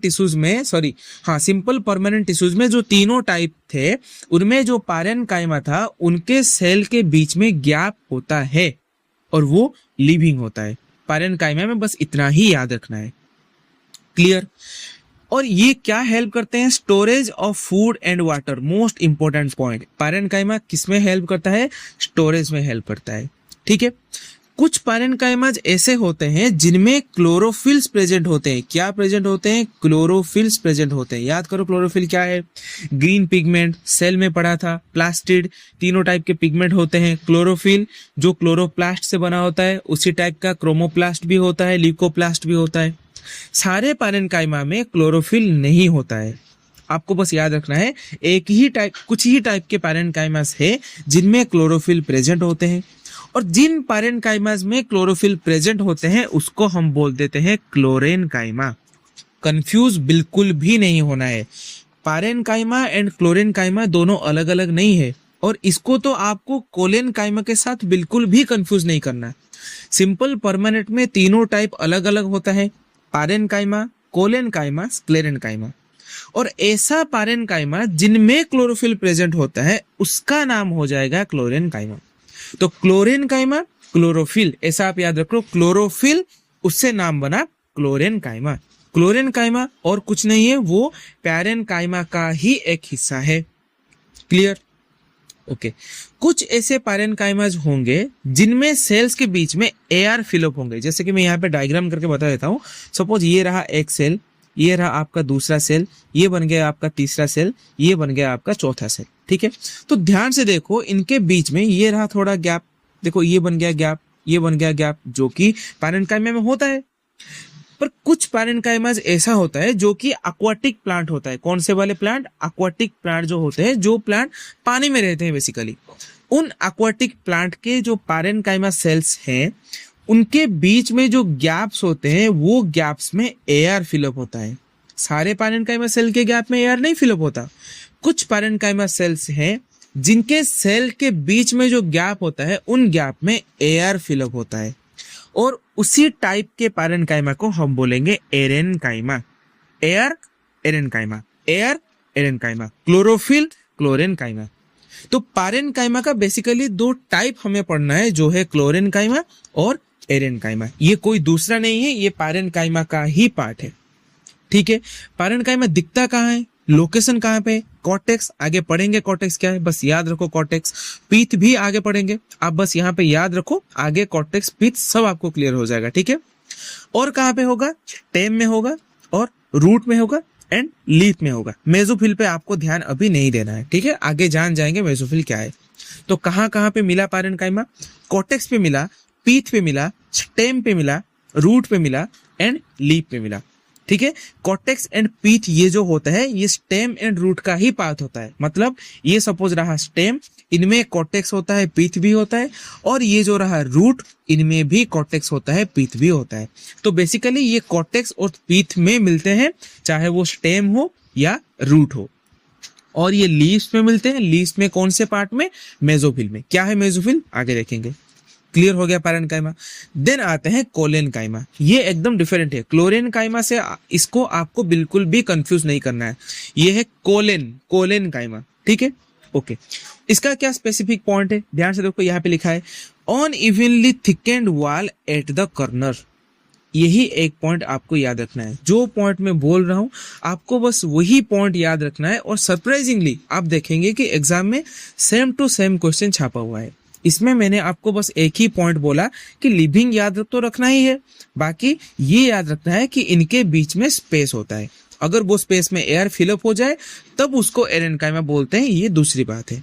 और यहाँ पे जो सेल्स होता है उनके कॉर्नर थिक होते हैं। देखो यहाँ पे पिक्चर देखो, शायद यहाँ पे पिक्चर हाँ दिख रहा होगा। देखो ये रहा सेल पूरा, पर ये जो कॉर्नर है देखो यहाँ पे कॉर्नर पे आपको थोड़ा थिक लग रहा है। देखो मैं यहाँ पे पिक्चर करके बताया था, ठीक है, आपको कंफ्यूज नहीं होना, बिल्कुल भी कंफ्यूज नहीं होना। देखो ये सपोज एक सेल है, ठीक है, ये सेल रहा, ये दूसरा सेल उसके पास जॉइंट हो गया, ये नीचे आ गया एक और सेल, तीसरा सेल, ठीक है, ये आ गया चौथा सेल, ये आ गया पांचवा सेल। ठीक है, 5 सेल जॉइंट हुए। पर इनमें क्या होगा ना, जो कॉर्नर है, ये जो कॉर्नर है ये थोड़ा ऐसे मोटा बन जाएगा। सॉरी मैं रेड में बनाता हूँ, ठीक है, ये कॉर्नर थोड़ा ऐसे मोटा बन जाएगा, ये वाला कॉर्नर थोड़ा मोटा बन जाएगा, यहाँ पे ये थोड़ा ऐसे मोटा बन जाएगा, यहाँ पे ये ऐसे बन जाएगा। एक सेकंड मुझे ड्रॉ करने दो, फिर मैं बताऊंगा, ठीक है, ओके। यहाँ पे कॉर्नर थोड़ा ऐसे हो जाएंगे और यहाँ पे भी कॉर्नर ऐसे हो जाएंगे। मतलब जितने भी सारे कॉर्नर्स होंगे, सारे कॉर्नर्स ऐसे मोटे मोटे हो जाएंगे। ठीक है, बस यही पॉइंट आपको याद रखना है कि किन सेल्स में जो कॉर्नर्स होते हैं वो कॉर्नर्स एकदम थिक होते हैं, इसी टाइप में। देखो यहाँ पे जो वाल है, वाल तो एकदम पतला है ही, बट कॉर्नर में मोटा है। तो कॉर्नर में मोटा क्या हो जाएगा, वो हो जाएगा कोलेनकाइमा। Clear, okay. तो इसका काम क्या है, जैसे कि इसका काम था storage of food, but collenchyma का काम क्या है, इसका काम है टू प्रोवाइड फ्लेक्सिबिलिटी। जैसे कि प्लांट का लीफ को, जैसे कि यहाँ पे जो ये जो पार्ट था, मुझे बताओ यहाँ से अगर मैं खींच के इसको नीचे ले आऊं तो क्या ये टूट जाएगा, नहीं टूटेगा। अगर मैं इसको नीचे ले आता हूँ फिर से ये सीधा हो जाएगा। काफी प्लांट्स में आप देखे होंगे, जैसे कि घर में फूल तोड़ते हैं सुबह जो भगवान के पूजा के लिए, तो वो ऐसे प्लांट को, स्टेम को नीचे खींच के जो फ्लावर्स को प्लग करते हैं, तो क्या वो स्टेम टूट जाता है, नहीं टूटता। क्यों, क्योंकि वो स्टेम फ्लेक्सिबल होता है। और यही फ्लेक्सिबिलिटी प्रोवाइड कौन करता है, कोलेनकाइमा प्रोवाइड करता है। देखो लिखा है allow stem to bend without breaking, बिना ब्रेकिंग के ये स्टेम को बेंड कर देता है। क्लियर, तो अगर स्टेम को और लीफ को बेंड करेगा तो ये प्रेजेंट कहाँ पे होगा, सेम स्टेम पे प्रेजेंट होगा, लीफ स्टॉक में प्रेजेंट होगा, जिसको हम पेटियोल बोलते हैं। पेटियोल किसको बोलते हैं, जैसे कि ये रहा आपका फ्लावर, जैसे कि ये सपोज आपका एक टाइप का फ्लावर है, तो ये जो फ्लावर है ये ऐसे एकदम पतला टाइप का एक स्टेम से चिपका होगा, तो उसी का नाम होता है पेटियोल, उसका नाम होता है पेटियोल। इस पेटियोल में भी ये प्रेजेंट होता है। कोलेनकाइमा हो गया, इसका कोई भी टाइप आपको नहीं पढ़ना, ठीक है। देन आता है स्क्लेरेनकाइमा। सबसे पहली बात ये क्या होता है, ये होता है नॉन लिविंग, मोस्ट इंपोर्टेंट। और इसका जो वाल होता है, सेल वाल, वो थिक होता है। क्यों, क्योंकि इसके सेल वाल में लिग्निन प्रेजेंट होता है। कुछ याद आया, थोड़ी देर पहले मैंने बताया था आपको, लिग्निन मैंने बताया था, आगे है आप, ठीक है। तो यहाँ पे जो लिग्निन है इसका काम क्या है, लिग्निन जो है ये वाटर प्रूफ का काम करता है। क्या सर, वाटर प्रूफ क्या है, इमेजिन करो अपने माइंड में, मैंने पिक्चर लगाना भूल गया शायद, सॉरी, यहाँ पे पिक्चर लगाना चाहिए था एक्चुअली, सॉरी, मैं टेलीग्राम में दे दूंगा आपको पिक्चर, ठीक है। पिक्चर जानने की जरूरत नहीं। याद करो जो कोकोनट होता है, कोकोनट का जो आउटसाइड होता है वो बहुत हार्ड होता है कि नहीं। ये बताओ कोकोनट के अंदर जो पानी होता है, क्या वो उस हार्ड वाले सब्सटेंस को तोड़ के आगे आ जाता है? अगर हम तोड़ेंगे तभी आएगा ना, क्या ये अपने आप आएगा? नहीं आएगा। वो पानी अंदर सूख जाएगा अपने आप, स्टिल बाहर नहीं आएगा। क्यों? क्योंकि इसका जो आउटर कोटिंग है, इसके कोटिंग में लिग्निन प्रेजेंट होता है और लिग्निन वाटर प्रूफ होता है। तो स्क्लेरेनकाइमा का अगर मैं आपको बताऊं कि कहाँ पे प्रेजेंट होता है, तो सीधा आंसर आपको बोलना है कि कोकोनट का जो हस्क होता है, मतलब जो आउटर कवरिंग, जो इनसाइड वाला व्हाइट पार्ट तुम खाते हो, वहां पे नहीं होता स्क्लेरेनकाइमा। जो आउट वाला हार्ड रीजन होता है ना, वो होता है स्क्लेरेनकाइमा। क्लियर? और ये हार्ड होता है, इसीलिए इसका जो सेल वॉल होता है ये थिक होता है और इनके सेल वॉल में लिग्निन प्रेजेंट होते हैं। तो ये क्या प्रोवाइड करते हैं? ऑब्वियस सी बात है, ये स्ट्रेंथ प्रोवाइड करेगा, ये हार्डनेस प्रोवाइड करेंगे और ये रिजिडिटी प्रोवाइड करेंगे। इजी बात है भाई, अगर कोकोनट का बाहर हार्ड है तो किस लिए हार्ड है? वो कोकोनट को स्ट्रॉन्ग रखना चाहता है, इसीलिए तो वो है जो strength, rigidity and hardness provide करेंगे। पक्की बात। लोकेशन आपको वॉलनट में दिख जाएगा। एक और बात, यहाँ पे नहीं लिखा, हाँ सीड कोट लिखा है। सीड कोट कोई भी सीड ले लो, वाटरमेलन का सीड हो गया, लेमन का सीड हो गया, एप्पल का सीड हो गया, क्या वो एकदम नाजुक है, आई मीन सॉफ्ट है? नहीं। सीड का जो आउटर लेयर होता है वो बहुत टफ एंड बहुत स्ट्रांग होता है कि नहीं? तो वो सीड कोट में प्रेजेंट होता है स्क्लेरेनकाइमा। और स्टेम का जो फाइबर होता है, स्टेम का जो आउट लेयर, एक जो तुम्हें जो स्कूल में जो मार पड़ती है, जो स्टिक, वो तो किसी प्लांट का स्टेम होगा ही ना। तो वो स्टेम का आउटर लेयर बहुत हार्ड होता है, सॉफ्ट नहीं होता। तो स्टेम का जो फाइबर है उसमें भी कभी कभी आपको स्क्लेरेनकाइमा दिख जाएगा। क्या ये स्लाइड आपको पूरा क्लियर हुआ? पारेन्काइमा 1 मिनट में बस रिवाइज करेंगे जल्दी जल्दी। पारेन्काइमा, इनके बीच में बहुत सारे इंटरस्पेलुलर स्पेस होते हैं। ये काम क्या करते हैं? फूड स्टोरेज के। और वो जो स्पेस होता है, अगर उस स्पेस में एयर फिलअप हो जाए तो वो पारेन्काइमा को हम लोग एरेन्काइमा कहलाएंगे। और जो पारेन्काइमा में क्लोरोफिल प्रेजेंट होगा, उस टाइप के पारेन्काइमा को हम क्लोरेन्काइमा कहलाएंगे। और ये मिलेगा कहाँ पे? कॉर्टेक्स और पीथ पे मिलेगा, चाहे वो स्टेम के कॉर्टेक्स और पीथ हो, चाहे वो रूट के कॉर्टेक्स और पीथ हो। और लीफ के मेसोफिल में मिलेंगे। हालांकि मेसोफिल आपको याद रखो ना रखो कोई फर्क नहीं पड़ता, आपको लीफ याद रखना है। देखो मैं ट्रिक बताता हूँ। फूड स्टोरेज, अगर लीफ में फूड बन रहा है तो लीफ में तो फूड स्टोर भी हो सकता है ना। तो लीफ अगर फूड स्टोर करता है तो वहां पे पारेन्काइमा प्रेजेंट होगा। इजी बात है। कोलेनकाइमा, इसका बस एक ही स्ट्रक्चर है, जो सेल है उसका कॉर्नर बहुत थिक है। हाँ, एक और पॉइंट में छोड़ दिया यहाँ पे, बहुत इंपॉर्टेंट, इसका कॉर्नर थिक क्यों है? क्यों? क्योंकि वहां पे पेक्टीन प्रेजेंट होता है। ये जो पार्ट मैंने ड्रॉ किया था ना, ये जो कॉर्नर, ये कॉर्नर पे पेक्टीन्स प्रेजेंट होते हैं। पेक्टीन्स प्रेजेंट होते हैं, इसीलिए ये कॉर्नर्स थिक होते हैं। ठीक है। स्क्लेरेनकाइमा में वाल थिक होते हैं। क्यों? क्योंकि वहां पे लिग्निन प्रेजेंट होता है। और कोलेनकाइमा में कॉर्नर थिक होता है। क्यों? क्योंकि वहां पे पेक्टीन प्रेजेंट होता है।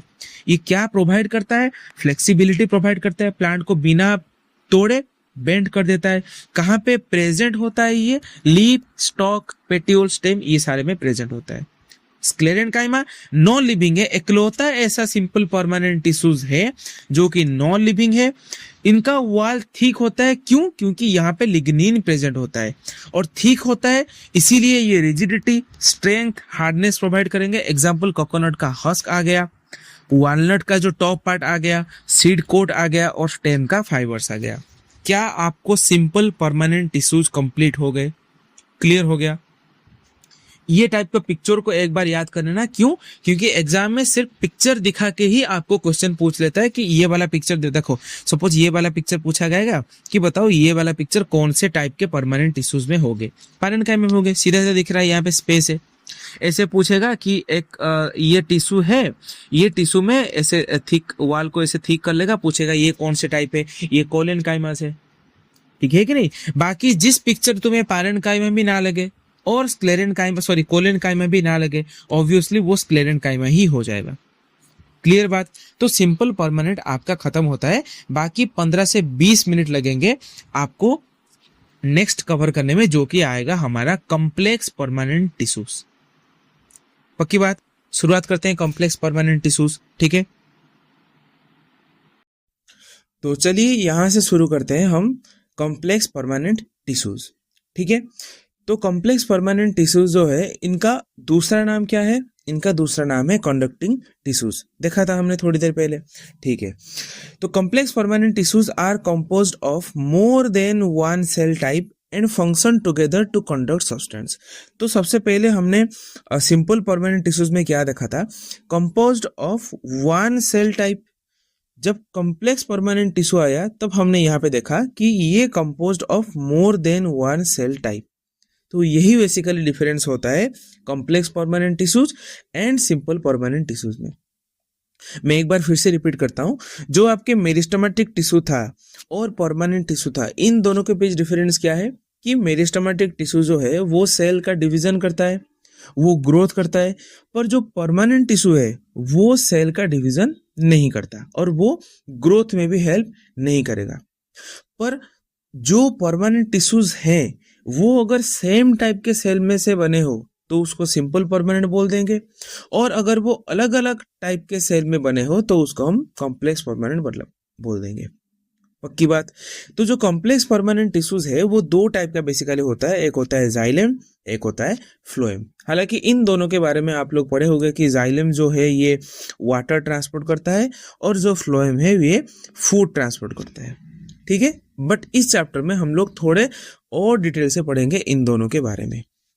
सबसे पहले देखो क्या लिखा है, xylem conduct the water and dissolve material from root to aerial parts and provide mechanical strength. Important बात ये है कि जाइलम वाटर और मिनरल तो कंडक्ट करता ही करता है, ये तो हमें पता था। उसके साथ साथ ये मैकेनिकल स्ट्रेंथ भी प्रोवाइड करता है प्लांट को, जो कि इंपॉर्टेंट है। अगर क्वेश्चन पूछा जाए कि what is the function of xylem, तो आप लिखोगे it conduct water and dissolve mineral and provides mechanical strength to plant. Xylem mechanical strength भी प्रोवाइड करता है, ये बात आपको याद रखनी है। तो जाइलम के टाइप्स नहीं होते, उसके पार्ट्स होते हैं। जैसे कि ये देखो, ये जो पिक्चर मैंने यहाँ पे ऐड किया, ये जो पूरा पिक्चर, ये पूरा पिक्चर को हम बोलते हैं जाइलम, ठीक है। इसके डिफरेंट पार्ट्स होता है, एक होता है जाइलम, एक होता है ट्रैकाइड, दूसरा होता है वेसल, तीसरा होता है जाइलम पैरेन्काइमा एंड चौथा होता है xylem fibre. Clear? Tracheid, vessel, xylem parenchyma and xylem fibre. इनके रिगार्डिंग आपको एक ही चीज याद रखना है कि ये जो tracheid, vessel, xylem parenchyma and xylem fibre है, इनमें क्या होता है, इनमें 3 डेड होता है, बस एक ही लिविंग होता है जो है जाइलम पैरेन्काइमा।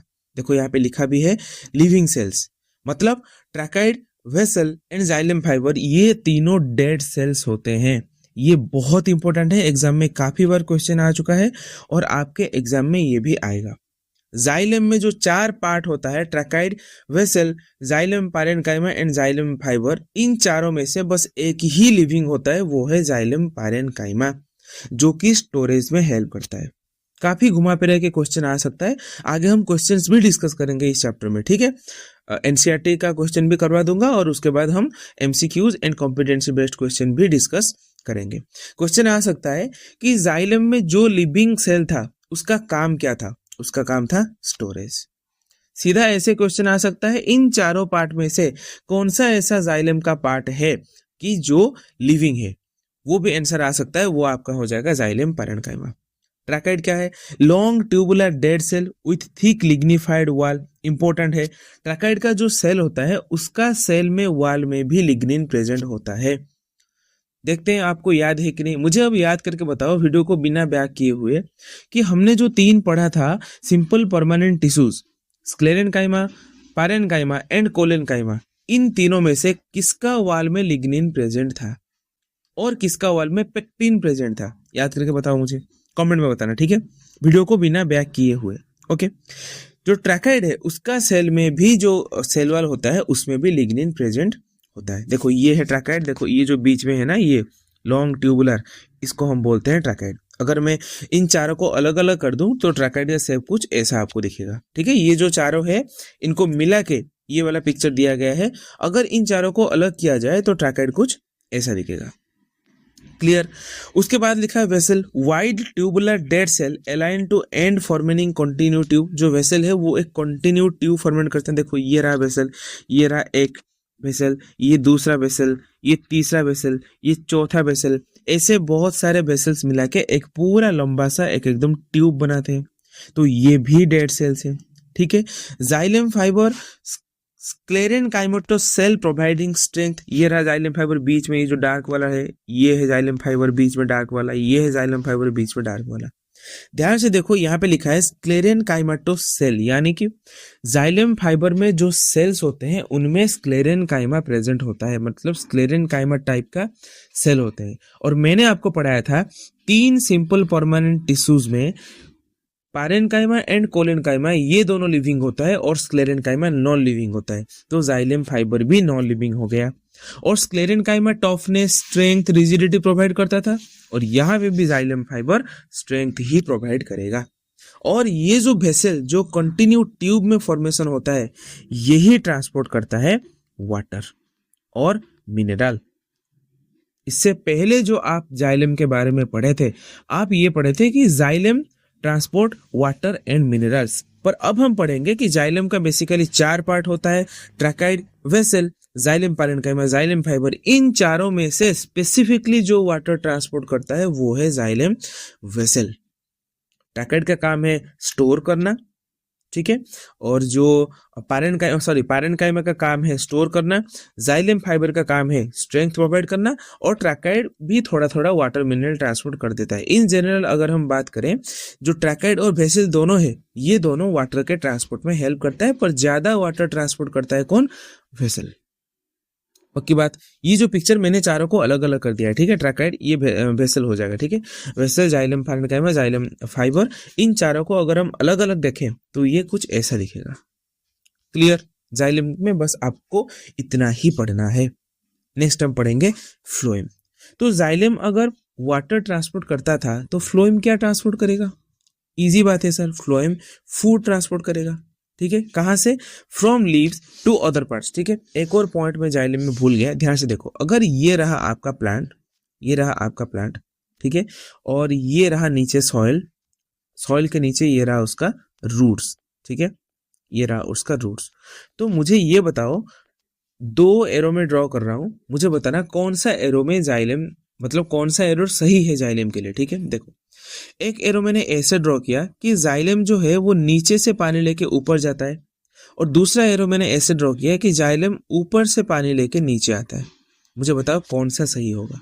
डेफिनेटली ये वाला एरो सही होगा, ये गलत होगा। क्यों? क्योंकि पानी सिर्फ रूट से ही खींचती है प्लांट।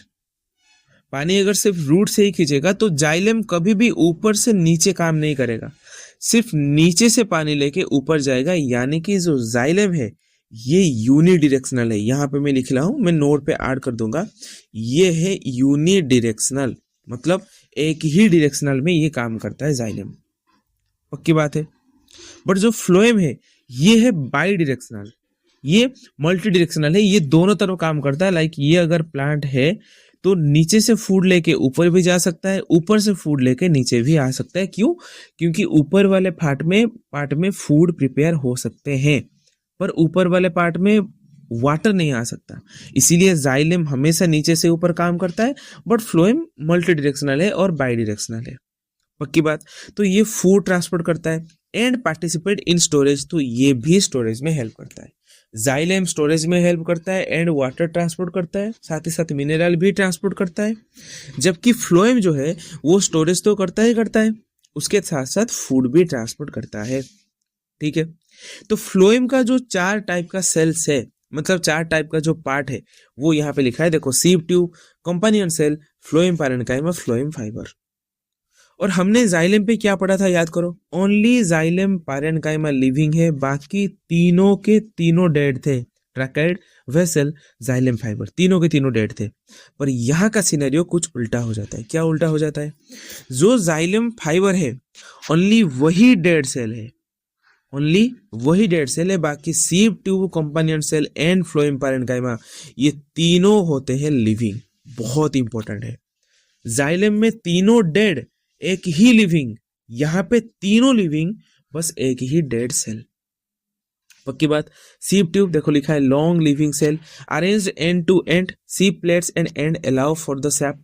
मतलब कुछ भी मतलब इनके बारे में याद करने की जरूरत नहीं, बस एक एक पॉइंट याद रखो कि सीव ट्यूब जो है वो लिविंग था and flow the SAP. SAP मतलब जो फूड फ्लो होगा उस फ्लो को हेल्प करता है सीव ट्यूब, मतलब सीव ट्यूब के थ्रू वो फूड आगे फ्लो होके जाएगा।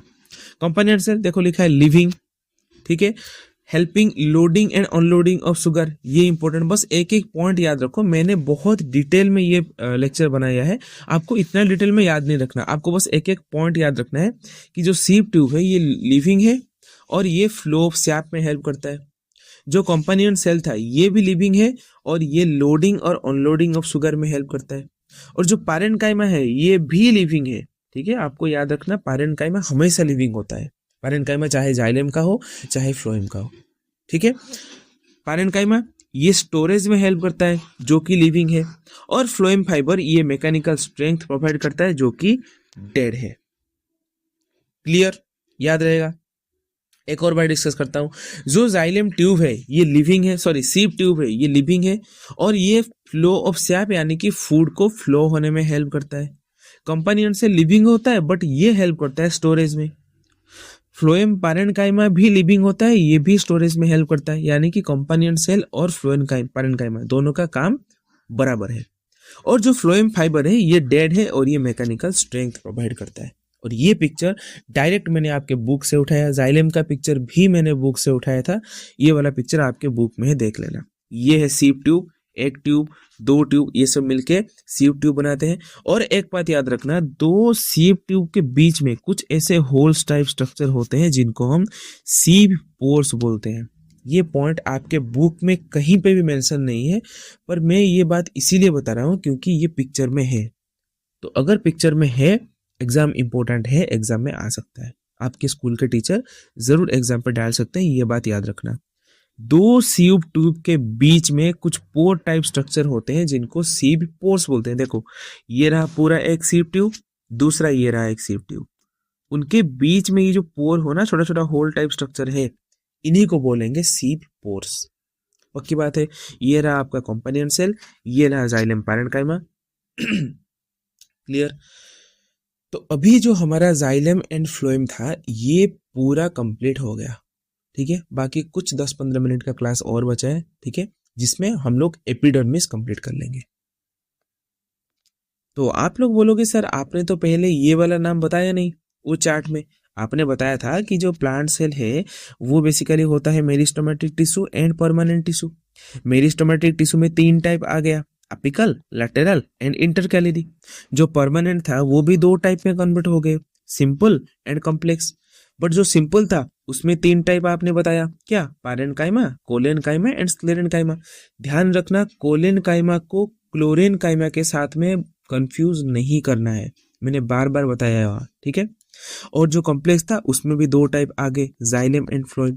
फिर ये क्या है, प्रोटेक्टिव टिश्यू। ध्यान से याद करो, मैं ध्यान से सुनो मैं जो बोल रहा हूँ कि जो प्लांट सेल है उसको हम मैकेनिकल एंड परमानेंट में तो कन्वर्ट किए थे, उसके साथ साथ एक और टाइप में उसमें होता है जिसको हम बोलते हैं प्रोटेक्टिव टिश्यूज।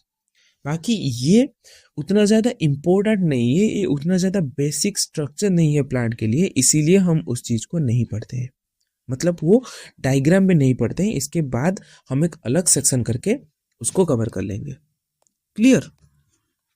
तो प्रोटेक्टिव टिश्यू क्या होता है, ऐसे टिश्यूज जो कि प्लांट को प्रोटेक्ट करने में हेल्प करता है। देखो लिखा है the epidermis is the outer most layer of cell covering leaf, stem and root.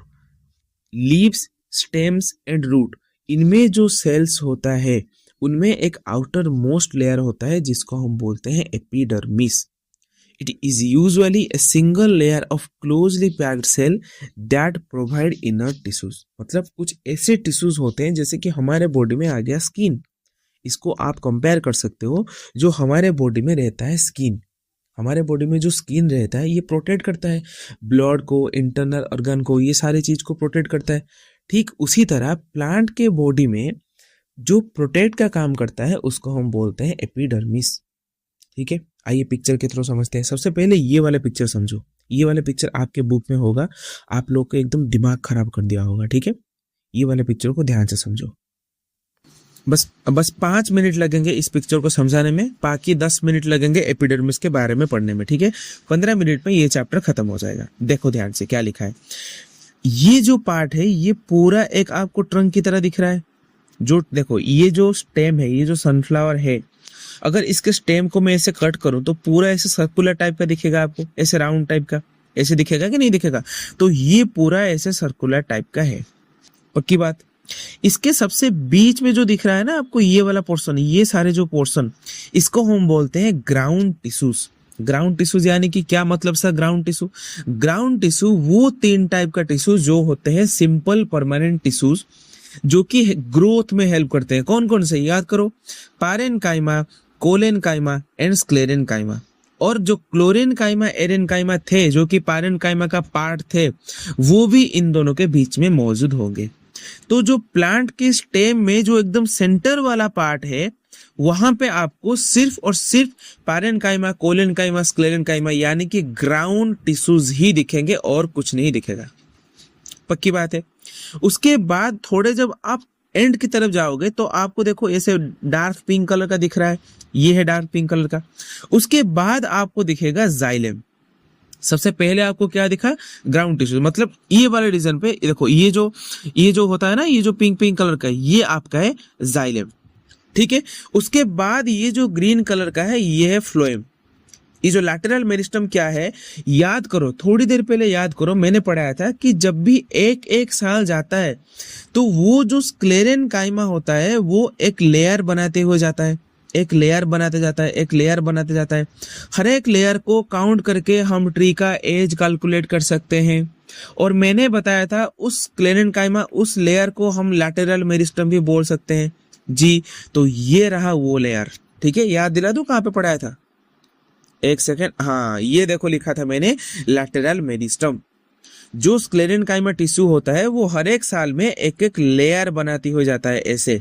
ये लेयर से हम प्लांट का एज कैलकुलेट कर सकते हैं, उसको हम बोलते हैं लैटरल मेरिस्टम। तो वो प्रेजेंट होगा। सबसे पहले क्या बताया मैंने? सबसे पहले प्रेजेंट होगा ग्राउंड सेल, उसके बाद प्रेजेंट होगा जाइलम, उसके बाद होगा लैटरल मेरिस्टम, उसके बाद फ्लोएम प्रेजेंट होगा। ये वाले पिक्चर में देखो एक ग्रीन लाइन ऐसे गया है, देखो ये वाला, एक सेकंड, देखो ये ग्रीन ग्रीन ग्रीन ग्रीन ऐसे करके ग्रीन ग्रीन गया है, वो आ जाएगा आपका फ्लोएम। उसके बाद क्या है सर? ये सारे जो ग्रीन कलर पार्ट्स हैं यहाँ से यहाँ तक, यहाँ पे अगेन वो ग्राउंड टिश्यूज आ जाएंगे जो है कोलेनकाइमा, पारेनकाइमा, स्क्लेरेनकाइमा। तो पूरा स्ट्रक्चर आपको याद रहा? एक और बार मैं यहाँ पे थोड़ा रफ डायग्राम टाइप का बनाया था। देखो, अगर ये रहा पूरा ट्रंक, तो सबसे बीच का जो रीजन है ये आ जाएंगे आपके ग्राउंड टिश्यूज यानी कि पारेनकाइमा, कोलेनकाइमा एंड स्क्लेरेनकाइमा, पक्की बात। उसके बाद में आपका आएगा पूरा जाइलम टिश्यूज, जाइलम के बाद आपके आएंगे लैटरल मेरिस्टम, उसके बाद आपका आएगा फ्लोएम, उसके बाद वाले जो रीजन है वहां पे अगेन आपका आ जाएगा ग्राउंड टिश्यूज यानी कि वही पारेनकाइमा, कोलेनकाइमा, स्क्लेरेनकाइमा। ठीक है, और यहाँ पे देखो सबसे बाहर आउटर मोस्ट रीजन पे एक ऐसा लेयर बन गया, जो ग्रीन कलर का देख रहे हो ना आप, एक लेयर, पूरा एक लेयर बना हुआ है। देखो यहाँ पे भी एक आउटर साइड का लेयर बना हुआ है। ये जो ग्रीन कलर पार्ट का जो लेयर बना हुआ है, इसी लेयर को हम बोलते हैं एपिडर्मिस। और ये जो क्यूटिकल है ये एपिडर्मिस का ही पार्ट है, पढ़ेंगे हम आगे। पूरा बात समझ में आ गया? अंदर का पार्ट हो गया ग्राउंड टिश्यू, उसके बाद आता है जाइलम, फिर लैटरल मेरिस्टम, फिर आता है फ्लोएम, अगेन आ जाता है ग्राउंड टिश्यू यानी कि वही तीनों ग्राउंड टिश्यूज। और सबसे बाहर जो हमको दिखता है एक स्टेम में, जो आउटसाइड में जो ग्रीन ग्रीन कलर का जो दिखता है, वो होता है आपका एपिडर्मिस, जो कि प्लांट को प्रोटेक्शन देने में हेल्प करता है। अब आपको समझ में आ गया होगा एपिडर्मिस क्या है। ध्यान से देखो, एपिडर्मिस के कुछ पॉइंट्स हैं और हर एक पॉइंट्स को मैं आपको पिक्चर के थ्रू समझाऊंगा। ठीक है, आपको बहुत आसान से समझ में आ जाएगा। हालांकि ये वाला पॉइंट काफी बच्चों का डाउट रहता है। ठीक है, अगर वीडियो आपको लेंथी लगे तो आप ये पार्ट पार्ट में भी देख सकते हो।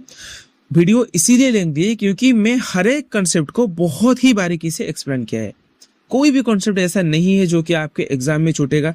हर एक कॉन्सेप्ट को, कोई भी एक सिंगल एमसीक्यू, असर्शन रीजन बोलो, कुछ भी नहीं छूटेगा। हर एक पार्ट को मैंने कवर किया, ठीक है। चलो देखते हैं। Cells often secrete a waxy layer which is called as cuticle which reduce water loss provides protection। जो एपिडर्मिस होता है, ये जो आउटर लेयर बन गया ना, ये एपिडर्मिस, इसमें से एक वैक्सी लेयर प्रोड्यूस होता है जिसको हम बोलते हैं क्यूटिकल। क्यों? देखो यहाँ पे ये जो लीफ है, देखो ध्यान से, यहाँ पे ये जो लीफ है तुम्हें ऊपर एकदम चिकना चिकना टाइप दिख रहा है कि नहीं? हर एक लीफ को अगर तुम तोड़ के देखोगे पास से, तो उसमें एक चिकना टाइप का दिखेगा, एकदम लाइट पड़ के वहां पे ग्लेज करेगा। एक वैक्सी टाइप का लेयर होगा, एक पतला एकदम स्मूथ टाइप का लेयर होगा, हर एक लीफ में ये होता है। उस चीज को हम बोलते हैं क्यूटिकल, जो कि एपिडर्मिस ही बनाता है। और इसका काम क्या है? ये बेसिकली रिड्यूस वाटर लॉस, ये वाटर लॉस को रिड्यूस करता है। यही पॉइंट एग्जाम में आएगा कि क्यूटिकल आखिर करता क्या है। क्यूटिकल को बनाता कौन है? एपिडर्मिस। उसका काम क्या है? उसका काम है वाटर रिड्यूस को रोकना, सॉरी वाटर लॉस को रोकना, और इसके साथ साथ ये प्रोटेक्शन भी प्रोवाइड करता है। एक पॉइंट आ गया आपको एपिडर्मिस में। ये रहा दूसरा पॉइंट। जो ड्राई हैबिटेट वाले प्लांट्स है, जो डेजर्ट वाले प्लांट्स है, उनमें तो ज्यादा वाटर लॉस हो रहा होगा। जी सर, तो उनमें जो क्यूटिकल है वो ज्यादा थिक हो जाता है। ऑब्वियस सी बात है, जो डेजर्ट प्लांट है उनमें ज्यादा वाटर मतलब लॉस होगा, तो उनका क्यूटिकल थिक बनाना पड़ेगा। देखो ये कैक्टस में जो आउटसाइड वाला रीजन है, ये जो क्यूटिकल है बहुत हार्ड होगा। आप कभी पकड़ के देखे होगे, एकदम हार्ड होगा, पूरा एकदम रॉड के टाइप पे, एक मेटल के टाइप पे। तो क्यों वो हार्ड होता है? क्योंकि वाटर लॉस को वहां पे रिड्यूस करना है। क्लियर? ओके, देन देखो क्या लिखा है। इन रूट्स, ये है तीसरा पॉइंट। सब हम एपिडर्मिस के बारे में पढ़ रहे हैं, ठीक है। इन रूट्स में भी एपिडर्मल होगा, क्योंकि पूरे प्लांट में हर एक पोर्शन में एक आउटर लेयर होगा, उनको हम बोलते हैं एपिडर्मिस। ये लीफ में भी होगा।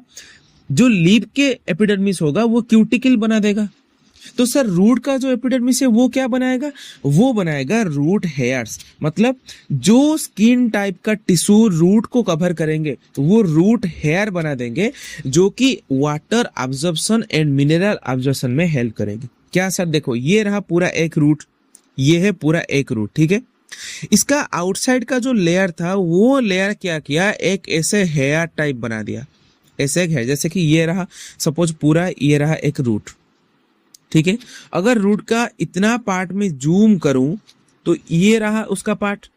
तो ये जो आउटसाइड वाला लेयर आएगा एपिडर्मिस, ये क्या करेगा? एक एक हेयर बना देगा, ऐसा एक एक हेयर टाइप का बना देगा। और ये हेयर का काम क्या होगा? ये सॉइल से मिनरल्स एंड वाटर अब्सॉर्ब करेंगे। तो लीफ का जो एपिडर्मिस था वो बनाता है क्यूटिकल, रूट का जो एपिडर्मिस था वो बनाता है रूट हेयर्स। ये बात आपको याद रखना है, पक्की बात। ओके, ये सारे नेम को आपको नहीं याद रखना, ये बस मैंने पिक्चर ऐड किया है आपको, ठीक है। ओके, ये रहा चौथा point. In leaves specialised epidermal cell stomata for gas exchange in transpiration. आपको पता होगा कि लीव्स में छोटे छोटे होल्स होते हैं, छोटे छोटे पोर्स होते हैं, जो कि जिस पोर्स को हम लोग बोलते हैं स्टोमाटा, जो कि कार्बन डाइऑक्साइड गैस को एक्सचेंज करने में हेल्प करता है। तो वो स्टोमाटा कौन बनाता है? वो एपिडर्मिस ही बनाता है। पर वो अभी तो मैंने बोला था कि जो एपिडर्मिस है वो बनाएगा क्यूटिकल। तो सर स्टोमाटा कैसे बनाएगा? याद रखो, जो स्टोमाटा था वो प्लांट के वो लीफ के डाउन साइड में होता था। जैसे कि ये अगर है प्लांट का लीफ, ठीक है, तो इसका जो अपर साइड है इसमें बन जाएगा आपका क्यूटिकल, वही एपिडर्मिस बनाएगा। क्यों? क्योंकि वाटर लॉस को कम करना है। बट इसका जो नीचे का साइड है वहां पे वो एपिडर्मिस बना देगा स्टोमाटा। देखो ये रहा पूरा लीफ का ये जो अपर वाला पार्ट है, ध्यान से देखो, यहाँ पे क्यूटिकल बना है। और बीच में ये पूरा लीफ का जो पार्ट, जितना भी लीफ का पार्ट होता है, ये रहा बीच का पार्ट। ऊपर रहा ये एक लेयर, नीचे रहा ये एक लेयर। तो ऊपर वाला लेयर में प्लांट ने बनाया क्यूटिकल, नीचे वाले लेयर में देखो बीच बीच में ऐसे होल्स बनाए, ऐसे बीच बीच में होल्स बनाए। इन होल्स को बोलते हैं स्टोमाटा। हालांकि कुछ प्लांट में नीचे भी क्यूटिकल होता है, बट मैक्सिमम प्लांट में जो लीव्स में ऊपर के पार्ट पे क्यूटिकल होता है, नीचे के पार्ट पे स्टोमाटा होता है। आपके एग्जाम में ये नहीं आएगा कि नीचे के पार्ट में है कि ऊपर के पार्ट में है। आपके एग्जाम में ये आएगा कि क्यूटिकल आखिर कौन से टाइप का टिश्यू बनाता है। एपिडर्मिस ही बनाता है क्यूटिकल। स्टोमाटा कौन से टाइप का टिश्यू बनाता है? स्टोमाटा एपिडर्मिस ही बनाता है, पर स्टोमाटा फिक्स है जो कि प्लांट के लीफ में डाउन साइड में आता है, अप साइड में नहीं आता। क्लियर? चारों पॉइंट एक और बार रिवाइज कर लेते हैं कि जो क्यूटिकल होता है ये एक वैक्सी लेयर होता है, ये हेल्प करता है वाटर रिडक्शन को रोकने में। बट जो ड्राई प्लांट्स होते हैं, जो डेजर्ट प्लांट होते हैं, उनमें क्यूटिकल्स ज्यादा हार्ड होता है क्योंकि वहां पे वाटर लॉस का ज्यादा चांसेस होते हैं। रूट में जो एपिडर्मल सेल होता है वो रूट हेयर बनाते हैं जो कि वाटर एब्जॉर्प्शन में हेल्प करते हैं। और जो प्लांट के नीचे वाले पार्ट में जो एपिडर्मल सेल होते हैं, सॉरी मैं प्लांट के नीचे बोल रहा हूँ, सॉरी, यहाँ पे जो लीफ का जो डाउन साइड वाला जो एपिडर्मल सेल्स है वो बीच बीच में एक पोर बना देंगे जिसको हम बोल लेंगे स्टोमाटा। पक्की बात है। देन नेक्स्ट पॉइंट देखो, ट्रांसपीरेशन। ये बेसिकली एपिडर्मिस से रिलेटेड नहीं है, ये आपके बुक में था तो मैंने ऐड कर लिया। Transpiration generate a pool in xylem vessel that help upward movement of water from root leaf. तो जो रूट हेयर से पानी जाता है ऊपर तक, तो वो जाइलम कैसे खींचता है? ऊपर हम आपको पता होगा, ऊपर हमारे प्रेजेंट होता है सन, ठीक है, सन प्रेजेंट होता है जो कि ये लीफ से पानी खींचता है। क्योंकि आप तो वाटर साइकिल पढ़े होंगे, लीफ में से, ओशन में से सन क्या करता है, वाटर वेपर को खींचता है, पानी इवापोरेट होके ये जो वाटर था ये वाटर वेपर के फॉर्मेट में ऊपर जाता है। जब ये ऊपर जाता है तो नीचे से पानी आराम से ऊपर आ जाता है। क्यों? क्योंकि यहाँ पे लो प्रेशर क्रिएट होता है और नीचे हाई प्रेशर होता है, और लिक्विड हमेशा हाई प्रेशर से लो प्रेशर तक मूव करता है। तो इसमें हमने क्या पढ़ा कि जो सन है वो एक टाइप का पुल जनरेट करता है। देखो, एक टाइप का पुल जनरेट करता है, वो खींचता है पानी को, सॉरी, वो पानी को क्या करता है, खींचता है। इसके वजह से पानी नीचे से ऊपर तक आराम से पास हो पाता है। पक्की बात है। देन देखो, टिश्यू सिस्टम इन प्लांट, ये मैंने पढ़ा लिया है आपको। वो वाला पिक्चर जो था, एक था देखो, एक था डर्मल टिश्यू। डर्मल टिश्यू यानी कि एपिडर्मिस जो स्किन में प्रेजेंट होते हैं। देखो यहाँ पे लिखा है dermal tissue outer most protective layers, जो कि होता है बेसिकली एपिडर्मिस। और यही एपिडर्मिस को ओल्डर प्लांट में हम बोल देते हैं पेरिडर्म। पेरिडर्म कुछ अलग टाइप का चीज नहीं है, वही एपिडर्मिस है, बस जो प्लांट ओल्ड हो गया उनके जो आउटसाइड को हम बोल देते हैं पेरिडर्म। ठीक है। ग्राउंड टिश्यू मैंने पढ़ा लिया, 3 टाइप का टिश्यू ग्राउंड में होता है, जो कि सेल के, सॉरी, जो कि स्टेम के एकदम बीच में भी होता है और जाइलम फ्लोएम के बाद में भी होता है। वो है parenchyma, collenchyma, sclerenchyma. Vascular tissues यानी कि जो हमारा कॉम्प्लेक्स परमानेंट टिश्यूज थे, यानी कि जो कंडक्टिंग टिश्यू थे, जाइलम एंड फ्लोएम, उन दोनों को हम बोल देते हैं वास्कुलर टिश्यू सिस्टम। यानी कि अब हम टिश्यू के पार्ट्स नहीं पढ़ रहे हैं, टिश्यू के टाइप्स तो हमने पढ़ लिया, अब हम टिश्यू सिस्टम देखेंगे। एपिडर्मिस, स्टोमाटा, पेरिडर्म, ये सारे मिला के जो सिस्टम बनता है उनको हम बोलते हैं dermal tissue system. Parenchyma, collenchyma, sclerenchyma, ये तीनों टिश्यूज मिला के ये कैटेगरी में आएंगे सिंपल परमानेंट टिश्यूज में, पर ये तीनों मिला के जो सिस्टम बनाएंगे उसको हम बोलेंगे ग्राउंड टिश्यू सिस्टम। और वास्कुलर टिश्यू सिस्टम जहां पे वाटर और फूड ट्रांसपोर्ट होगा उसको हम बोलेंगे वास्कुलर टिश्यू सिस्टम। पक्की बात है। वीडियो अब खत्म होने को है, ठीक है, मैं बोलूंगा आप थोड़ा सब्र रखें, बस 5 मिनट का टॉपिक बचा है, ठीक है। प्लांट में एक आपको दिखाऊंगे कॉर्क, सुने होंगे कि रॉबर्ट हुक ने कॉर्क से ही डेड सेल का इन्वेंशन किया। तो ये कॉर्क होता क्या है, ध्यान से देखो। In young plant the outer protective layer is usually a single layer of epidermis. जो यंग प्लांट होता है उसमें आउटर प्रोटेक्टिव लेयर, देखो यहाँ पे एक ही लेयर है, एक ही लेयर है। क्यों? क्योंकि ये यंग प्लांट था। ये कौन सा प्लांट आपको दिख रहा है? ये आपको यंग प्लांट दिख रहा है, पूरा एकदम जवान है, एकदम ग्रीन कलर टाइप का दिख रहा है, ठीक है। इसीलिए जो एपिडर्मिस है वो एक ही लेयर से बना होता है। ये बात आपको याद रहा। जब जब प्लांट ग्रो होता जाएगा उसके नीचे, एपिडर्मिस के नीचे कुछ और लेयर्स इकट्ठा होते जाएंगे। As stems mature, some cells beneath the epidermis regain ability to divide from the cork cambium। तो धीरे धीरे कॉर्क के नीचे भी एक और पार्ट बनते जाएंगे जब प्लांट धीरे धीरे एज होगा। जैसे कि ये रहा कॉर्क, उसके नीचे भी कुछ पार्ट बनेंगे जिसको हम बोलेंगे कॉर्क कैम्बियम। ये आपको याद रखना। तो कॉर्क कैम्बियम क्या है?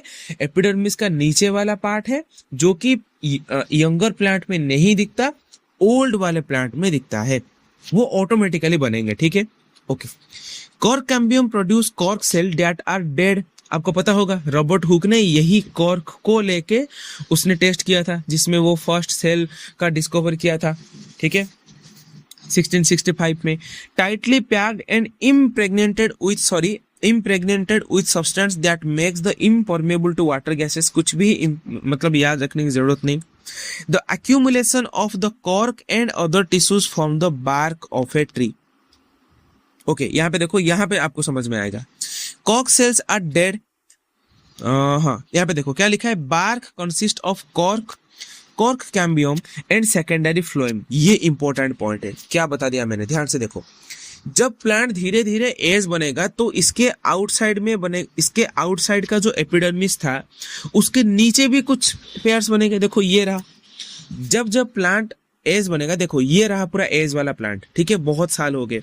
तो ये जो आउटर लेयर है इसको तो हम एपिडर्मिस बोलेंगे ही बोलेंगे, पर उसके नीचे भी कुछ और सारे लेयर्स बनेंगे। क्या बनेंगे, हमने देखा था कॉर्क बनेगा और कॉर्क कैम्बियम बनेगा, पक्की बात है। कॉर्क कैम्बियम के नीचे फ्लोएम टिश्यू होता है, लास्ट टिश्यू फ्लोएम टिश्यू होता है। कॉर्क कैम्बियम और ये फ्लोएम, ये तीनों को मिला के लिविंग फ्लोएम, देखो लिखा है लिविंग फ्लोएम। अब याद करो फ्लोएम में कौन सा पार्ट लिविंग होता था। फ्लोएम में याद करो 3 पार्ट्स लिविंग होता था, बस जो फ्लोएम फाइबर है वो डेड होता था, यानी कि sieve tube, companion cell and phloem parenchyma, ये तीनों फ्लोएम के लिविंग पार्ट है, ठीक है। कॉर्क, उसके नीचे कॉर्क कैम्बियम, उसके नीचे फ्लोएम का जो लिविंग पार्ट, ये तीनों को अगर हम मिला दें तो उसी पार्ट को हम बोलते हैं ट्री का बार्क। जो बोलते हैं ना बार्क, काफी बच्चे कंफ्यूज रहते हैं कि बार्क क्या है, कॉर्क क्या है। मैं एक और बार समराइज कर देता हूं। देखो, प्लांट का आउटर मोस्ट लेयर पे रहा एपिडर्मिस, ये रहा एपिडर्मिस। जब धीरे धीरे प्लांट ग्रो होगा तो उसके नीचे एक और लेयर बनेंगे, उसको बोलेंगे कर्क। उसके नीचे एक और लेयर बनेंगे, उसको बोलेंगे सेकेंडरी कर्क। जब उसके नीचे नीचे नीचे नीचे आएंगे, कॉर्क कैम्बियम भी देखने को आपको मिलेगा, उसके नीचे एक फ्लोएम का पार्ट होगा जो कि लिविंग होगा। ये सारे पार्ट्स को अगर हम मिला दें, इसी को हम बोलते हैं प्लांट का क्या, प्लांट का बार्क। प्लांट का बार्क किन चीजों से बना होता है, cork cambium and secondary phloem. और जो कॉर्क सेल होते हैं वो बिल्कुल डेड होते हैं, वाटर लॉस को रिड्यूस करते हैं एंड प्लांट को प्रोटेक्ट करते हैं एंड मैकेनिकल सपोर्ट देते हैं प्लांट को। कॉर्क का आपको फंक्शन याद रखना है, एग्जाम में आ सकता है कि कॉर्क का फंक्शन क्या है। डेड है, वाटर लॉस रिड्यूस करता है, प्रोटेक्ट करता है प्लांट को मैकेनिकल इंजुरी एंड पैथोजन से। समझ में आ गया? एक और बार समराइज करूं, प्लांट जब यंग होगा तो उसके आउटर मोस्ट में एक ही एपिडर्मिस का लेयर बनेगा।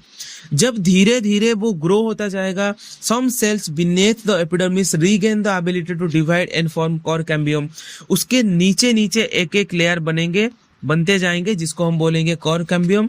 याद करो, हमने बताया था उसी को लैटरल मेरिस्टम भी कहते हैं। लाइक प्लांट एक साल एज हो गया, उसके बीच में एक कॉर्क कैम्बियम बन जाएगा। एक और साल बढ़ गया, उसके बीच में उसके नीचे एक और कॉर्क कैम्बियम आ जाएगा। एक और साल जाएगा, एक और कॉर्क कैम्बियम आ जाएगा। तो जितना साल प्लांट आगे जाएगा, एक एक कॉर्क कैम्बियम उसके नीचे आते रहेंगे, और उन्हीं को हम लैटरल मेरिस्टम बोलते हैं। और उसी को काउंट करके हम बता सकते हैं प्लांट का एज क्या है। पक्की बात है। और ये जो कॉर्क और कॉर्क कैम्बियम, उसके नीचे कुछ फ्लोएम का लिविंग पार्ट भी होता है। ये रहा कॉर्क, ये रहा कॉर्क कैम्बियम, ये रहा फ्लोएम का लिविंग पार्ट। अगर हम ये तीनों को मिला दें तो उसी को हम बोलते हैं प्लांट का बार्क। जो बोलते हैं ना प्लांट का बार्क, वो कॉर्क कैम्बियम प्लस फ्लोएम होता है। चैप्टर का अभी आपका हुआ दी एंड। सच्ची बताना आपको वीडियो कैसा लगा। हर एक पॉइंट को, हर एक पोर्शन को मैंने कवर किया, जो कि आपको जेन्युइन तौर पे यूट्यूब पे नहीं मिलेंगे। ठीक है, मैंने ये वीडियो बनाने से पहले भी यूट्यूब में सर्च किया है। क्लास 9 के प्रोस्पेक्टिव से जितने भी टिश्यूज का वीडियोस है यूट्यूब पे, सारे वीडियोस में आपको इनसे कम डाटा मिलेंगे। बहुत ही एकदम डेप्थ तरीके से मैंने आपको समझा दिया। अपनी तरफ से मैंने पूरी मेहनत की। अब डिपेंड है आपके ऊपर, कितना आप इसको रिवाइज करते हो, कितना आप ये क्लास को पूरा ध्यान से सुना, ये आपके ऊपर डिपेंड करता है। और इसका जो पूरा नोट्स है, मैं आपको A4 साइज के फॉर्मेट में प्रोवाइड करवा दूंगा, जैसे कि आप चाहे तो प्रिंट कर सकते हो, चाहे आप कॉपी में लिख सकते हैं। ठीक है, पूरा स्ट्रक्चर्ड वे में नोट ये वीडियो को कंप्लीट करना, उस नोट्स को पढ़ना, उसके बाद मैं गारंटी देता हूं आपको एक बार भी बुक खोलने की जरूरत नहीं है। अगर इसमें कोई एक्टिविटी होगा तो उसको मैं दूसरे वीडियो में कंप्लीट करवा दूंगा, अगर वो इम्पोर्टेंट रहे तो। नोट्स कहाँ पे मिलेंगे? नोट्स आपको टेलीग्राम चैनल पे मिलेंगे जिसका नाम है Shubhra academy. Sir Telegram channel का लिंक कहाँ पे मिलेगा? लिंक दो जगह मिलेगा, आपको डिस्क्रिप्शन में मिल जाएगा और आपको कमेंट सेक्शन में पिन कमेंट में मिल जाएगा। अगर नहीं मिलता है, मिलेगा तो पक्का, क्योंकि मैं डालूंगा ही। फिर भी अगर आप कोई भी वजह से लिंक नहीं पाते हो तो आप सिंपल कमेंट कर देना, सर टेलीग्राम का लिंक भेज दो, मैं आपको कमेंट के रिप्लाई कर दूंगा टेलीग्राम का लिंक। ठीक है, मिलते हैं अगले वीडियो में, तब तक के लिए थैंक यू।